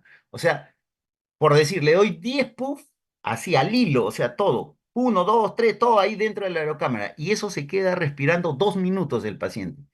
Respira por la boca, entra y sale aire por la boca, ¿no? 2 minutos. Eso equivale más o menos a una nebulización. Cuando ustedes no tengan nebulizador, pueden hacer esto en una persona. Estamos hablando de adultos, no estamos hablando de asma en pediatría. Eso cuando llega en pediatría hay algunas cosas que son diferentes. Bueno, esto es adultos. Entonces pueden dar hasta de 4 a 10 puffs, pero hasta 10 puffs con la aerocámara y respira 2 minutos. Y eso, después que respira 2 minutos, se sienta, espera unos 15, 20 minutos, se repite. O sea, en una hora repiten 3 veces, hasta 3 veces, no más, ¿no? Ya si no ha abierto hay que tomar otras medidas, ¿no? O si ha empeorado, en fin, ya sé. Después le dan una prednisolona o prednisona. Prednisolona es igual que prednisona, es lo mismo. Son primos hermanos, ¿no? 50 miligramos, ¿no? Adulto, ¿no? Una tabletita al día, una dosis, una primera dosis, ¿no? Que lo va a sacar probablemente de la exacerbación. O sea, acá, ni siquiera acá se usa dosis endovenosa, no, nada, no se pone vía, no se nebuliza. Todo es aerocámara, pastilla vía oral. Y evidentemente, si es que dar oxígeno, porque ya hemos dicho que en una exacerbación leve la saturación es por encima de 90, pero claro, de repente es 92 y el paciente está jadeando y ustedes tienen para ponerle, pueden poner su oxígeno, ¿no? Para mantener la saturación entre 93 y 95%. Un manejo muy sencillo, ¿no? Ahora, para dar el alta, evidentemente, evaluación para el alta de estos pacientes, tiene que haber mejoría de los síntomas, o sea, ya el espasmo, el broncoespasmo tiene que haber mejorado, ya no tiene que tener necesidad de usar el salbutamol, ya suficiente con lo que ha usado. El PEF, el valor del PEF mejora, está entre el 60 y el 80% del predicho. La saturación está mayor de 94 con FIO2 ambiental, o sea, 0,21. Y evidentemente el paciente tiene recursos, familia, tiene su medicamento, etcétera, en su casa para seguir, porque si es un viejito que no ni ve el medicamento, que le tiembla la mano para poder usar el inhalador, etcétera, etcétera, no le van a dar de alta. Está solo, no, mejor lo tienen unas horas más en emergencia o en algún momento deciden hospitalizarlo si no mejoran, ¿no? A eso se refiere recursos adecuados en casa para continuar de manejo. Bueno, es una cosa. Ahora, una exacerbación severa, ¿qué cosa es? Haciendo igual el paralelo con la leve o moderada, aquí en la exacerbación severa el paciente solo puede hablar palabras, no le da el aliento para decir una frase completa, ¿no? Se siente encorvado para utilizar mejor sus músculos inspiratorios hacia adelante. Evidentemente se nota agitado, la frecuencia respiratoria está mayor de 30, está utilizando músculos accesorios, o sea, hay tirajes, no se olviden, los tirajes son 5, ¿no? los supra e infraclaviculares, los supraesternales, que es de la horquilla esternal ahí arribita, los intercostales y los subcostales. Cada vez que les pregunto, nunca, no se acuerdan. Frecuencia cardíaca mayor de 120, saturación menor de 90, quiere decir que está en insuficiencia respiratoria, porque a eso lo define la saturación, evidentemente con aire ambiental, ¿no? O sea, sin aporte de oxígeno, y el PEF está menos del 50% de predicho. Puede tener, si tiene estas cosas, es catalogado como una exacerbación severa o si tiene la mayoría de ellas, y el tratamiento es relativamente sencillo, ¿no? Nebulizamos con beta agonista de acción corta, o sea, salbutamol, y en muchas emergencias usan el inhalador, ¿ah? No usan nebulización, porque ahora, como muchas veces tienen virus, eso, usar el nebulizador contagia al resto, y como ahora los ambientes son bien restringidos en las emergencias, paran en sillas, sentados uno al costado de otro, entonces a veces prefieren usar aerocámara para no contaminar el ambiente, ¿no? Se puede nebulizar también con bromuro y patropio y se puede usar bromuro y patropio también con aerocámara. No se olviden, el salbutamol estimula el simpático y el bromuro bloquea, o sea, puede usar los dos al mismo tiempo porque están broncodilatando, pero por diferente forma, ¿no? Evidentemente uso corticoides endovenosos en nuestro medio, puedo usar dexametasona, lo más baratito que hay es dexametasona endovenosa, ¿no? Puedo, entre 4 y 8 miligramos se en una primera dosis, ¿no? Puedo usar. Ahora, el mejor, claro, un poco mejor y que hay en el CIS, en la mayoría tienen, es hidrocortisona, que es lo que usamos, ¿no? Entre 100 y 250 miligramos, eso puede ser cada 8 horas, cada 6 horas, dependiendo, todo se va manejando dependiendo. Evidentemente, uno de los mejores esteroides es metilprednisolona, ¿no? Pero es muy caro. Si el paciente tiene recursos, compra. Una ampolleta de dexametasona, ¿qué cuesta? En el hospital puede costar, pues, 4 soles. En cambio, en el hospital no hay, pues, solumedrol, que es metilprednisolona. Una ampolla de solumedrol puede estar 120 soles, ¿no? Entonces, todo juega también con el costo, ¿no? Podemos usar, si no hay respuesta, podemos usar sulfato de magnesio. La ampolla es de 2 gramos, se pone y se pasa en una hora y resuelve muchas veces algunos de los problemas. El aporte de oxígeno es de acuerdo a la saturación. Todos van a usar aporte de oxígeno porque están en insuficiencia respiratoria, dice menos de 90 de saturación. Así que de repente usan cánula binasal si es de bajo flujo y si está muy mal podrán usar una Venturi de repente, ¿no? Ya, si están recontra mal podrían usar, pero eso no hay en muchos sitios, solo hay en pocos sitios, una cánula de alto flujo, cánula nasal de alto flujo. Ahora, ¿cómo se nebuliza, doctor? Si vamos a nebulizar bien fácil, en adultos se nebuliza 2 o 3 gotas de... En adultos, en las emergencias, ustedes nebulizan con un balón, hay un balón de oxígeno grandazo, esos balones, y ahí le conectan, el paciente compra en la farmacia mascarilla para nebulizar. Estoy hablando de adulto, mascarilla para nebulizar. Entonces, esa mascarilla tiene como un recipiente y se conecta al balón, ¿no? Y en el recipiente se abre y se echa la medicina. Echa 2 o 3 gotas por cada 10 kilos de peso. Vamos a suponer, no calculen con más de 80 kilos, no calculen, ¿no? Vamos a suponer que pesa 70 kilos, ¿no? 2 gotas por cada 10 kilos de peso. Si pesa 70 kilos, son 14 gotas o 21 gotas, ¿no? 2 a 3 por cada 10 kilos de peso. Entre 14 y 21 gotas, ¿no? Por decir algo. Entonces usted echa las gotas ahí y estándar a todos, a esas gotitas le agrega 5 cc de suero fisiológico. Eso es estándar. 5 cc de suero fisiológico. Eso lo cierra y lo conecta y nebuliza eso. Eso va a durar unos 10 a 15 minutos. Termina, descansa 15 minutos, si sigue mal, lo vuelve a nebulizar hasta 3 veces. No me nebulicen pues, 10 veces. Si no mejora hasta 3 veces, hay que tomar medidas o hay que hospitalizar al paciente, ¿no? Ya eso se verá. Pero no se olviden, ¿ya? Eso es para nebulizar es eso, ¿ya? Y el balón, ¿cuánto le pongo el flujo? O sea, ¿cuánto paso de oxígeno para nebulizar? Estándar también es internacional. A 7 litros por minuto lo pone el balón de oxígeno, a 7 litros por minuto. Y ese flujo que sale golpea el dispositivo de la mascarilla de oxígeno, es jet, dispositivo jet, o sea, tiene un orificio chiquitito que la presión del oxígeno golpea y a ese líquido que usted lo ha puesto lo golpea, ¿no? Y lo hace vaporizar, y por eso usted inhala eso que vaporiza ahí, ¿no? En la mascarilla. Ahora, si el paciente no va bien, si el paciente no va bien y usted tiene, pues lo han nebulizado 3 o 4 veces y ya no, sigue y decide hospitalizarlo porque está bien, no va a seguir nebulizando pues toda la noche, ¿no? No, hay pacientes que, ¿cuántas veces te han nebulizado? 10 veces. No, eso no puede ser. Ya, si no mejora, lo internan, ¿no? Pero antes de internar, le sacan una placa de toras y un AGA, por favor, ¿ya? En la placa de toras, ¿por qué la placa de toras? En la placa de toras van a ver perfectamente las tres complicaciones más frecuentes de una exacerbación de asma. Pueden ver neumonía, se ve perfecto en una placa de todas una neumonía. ¿Y por qué neumonía? Porque uno de los principales desencadenantes es infecciones por virus y puede hacer que esa infección viral se haya complicado con una neumonía y por eso no te mejora el paciente, no sigue necesitando oxígeno. O sea, no solo tiene el asma, sino tiene la neumonía también. Neumotórax, muchos pacientes asmáticos tienen bulas subpleurales que al haber la exacerbación aumenta la presión intratorácica y se revientan estas bulas, entonces hacen neumotórax y el neumotórax se ve perfectamente en una placa de tórax, no necesita tomografía.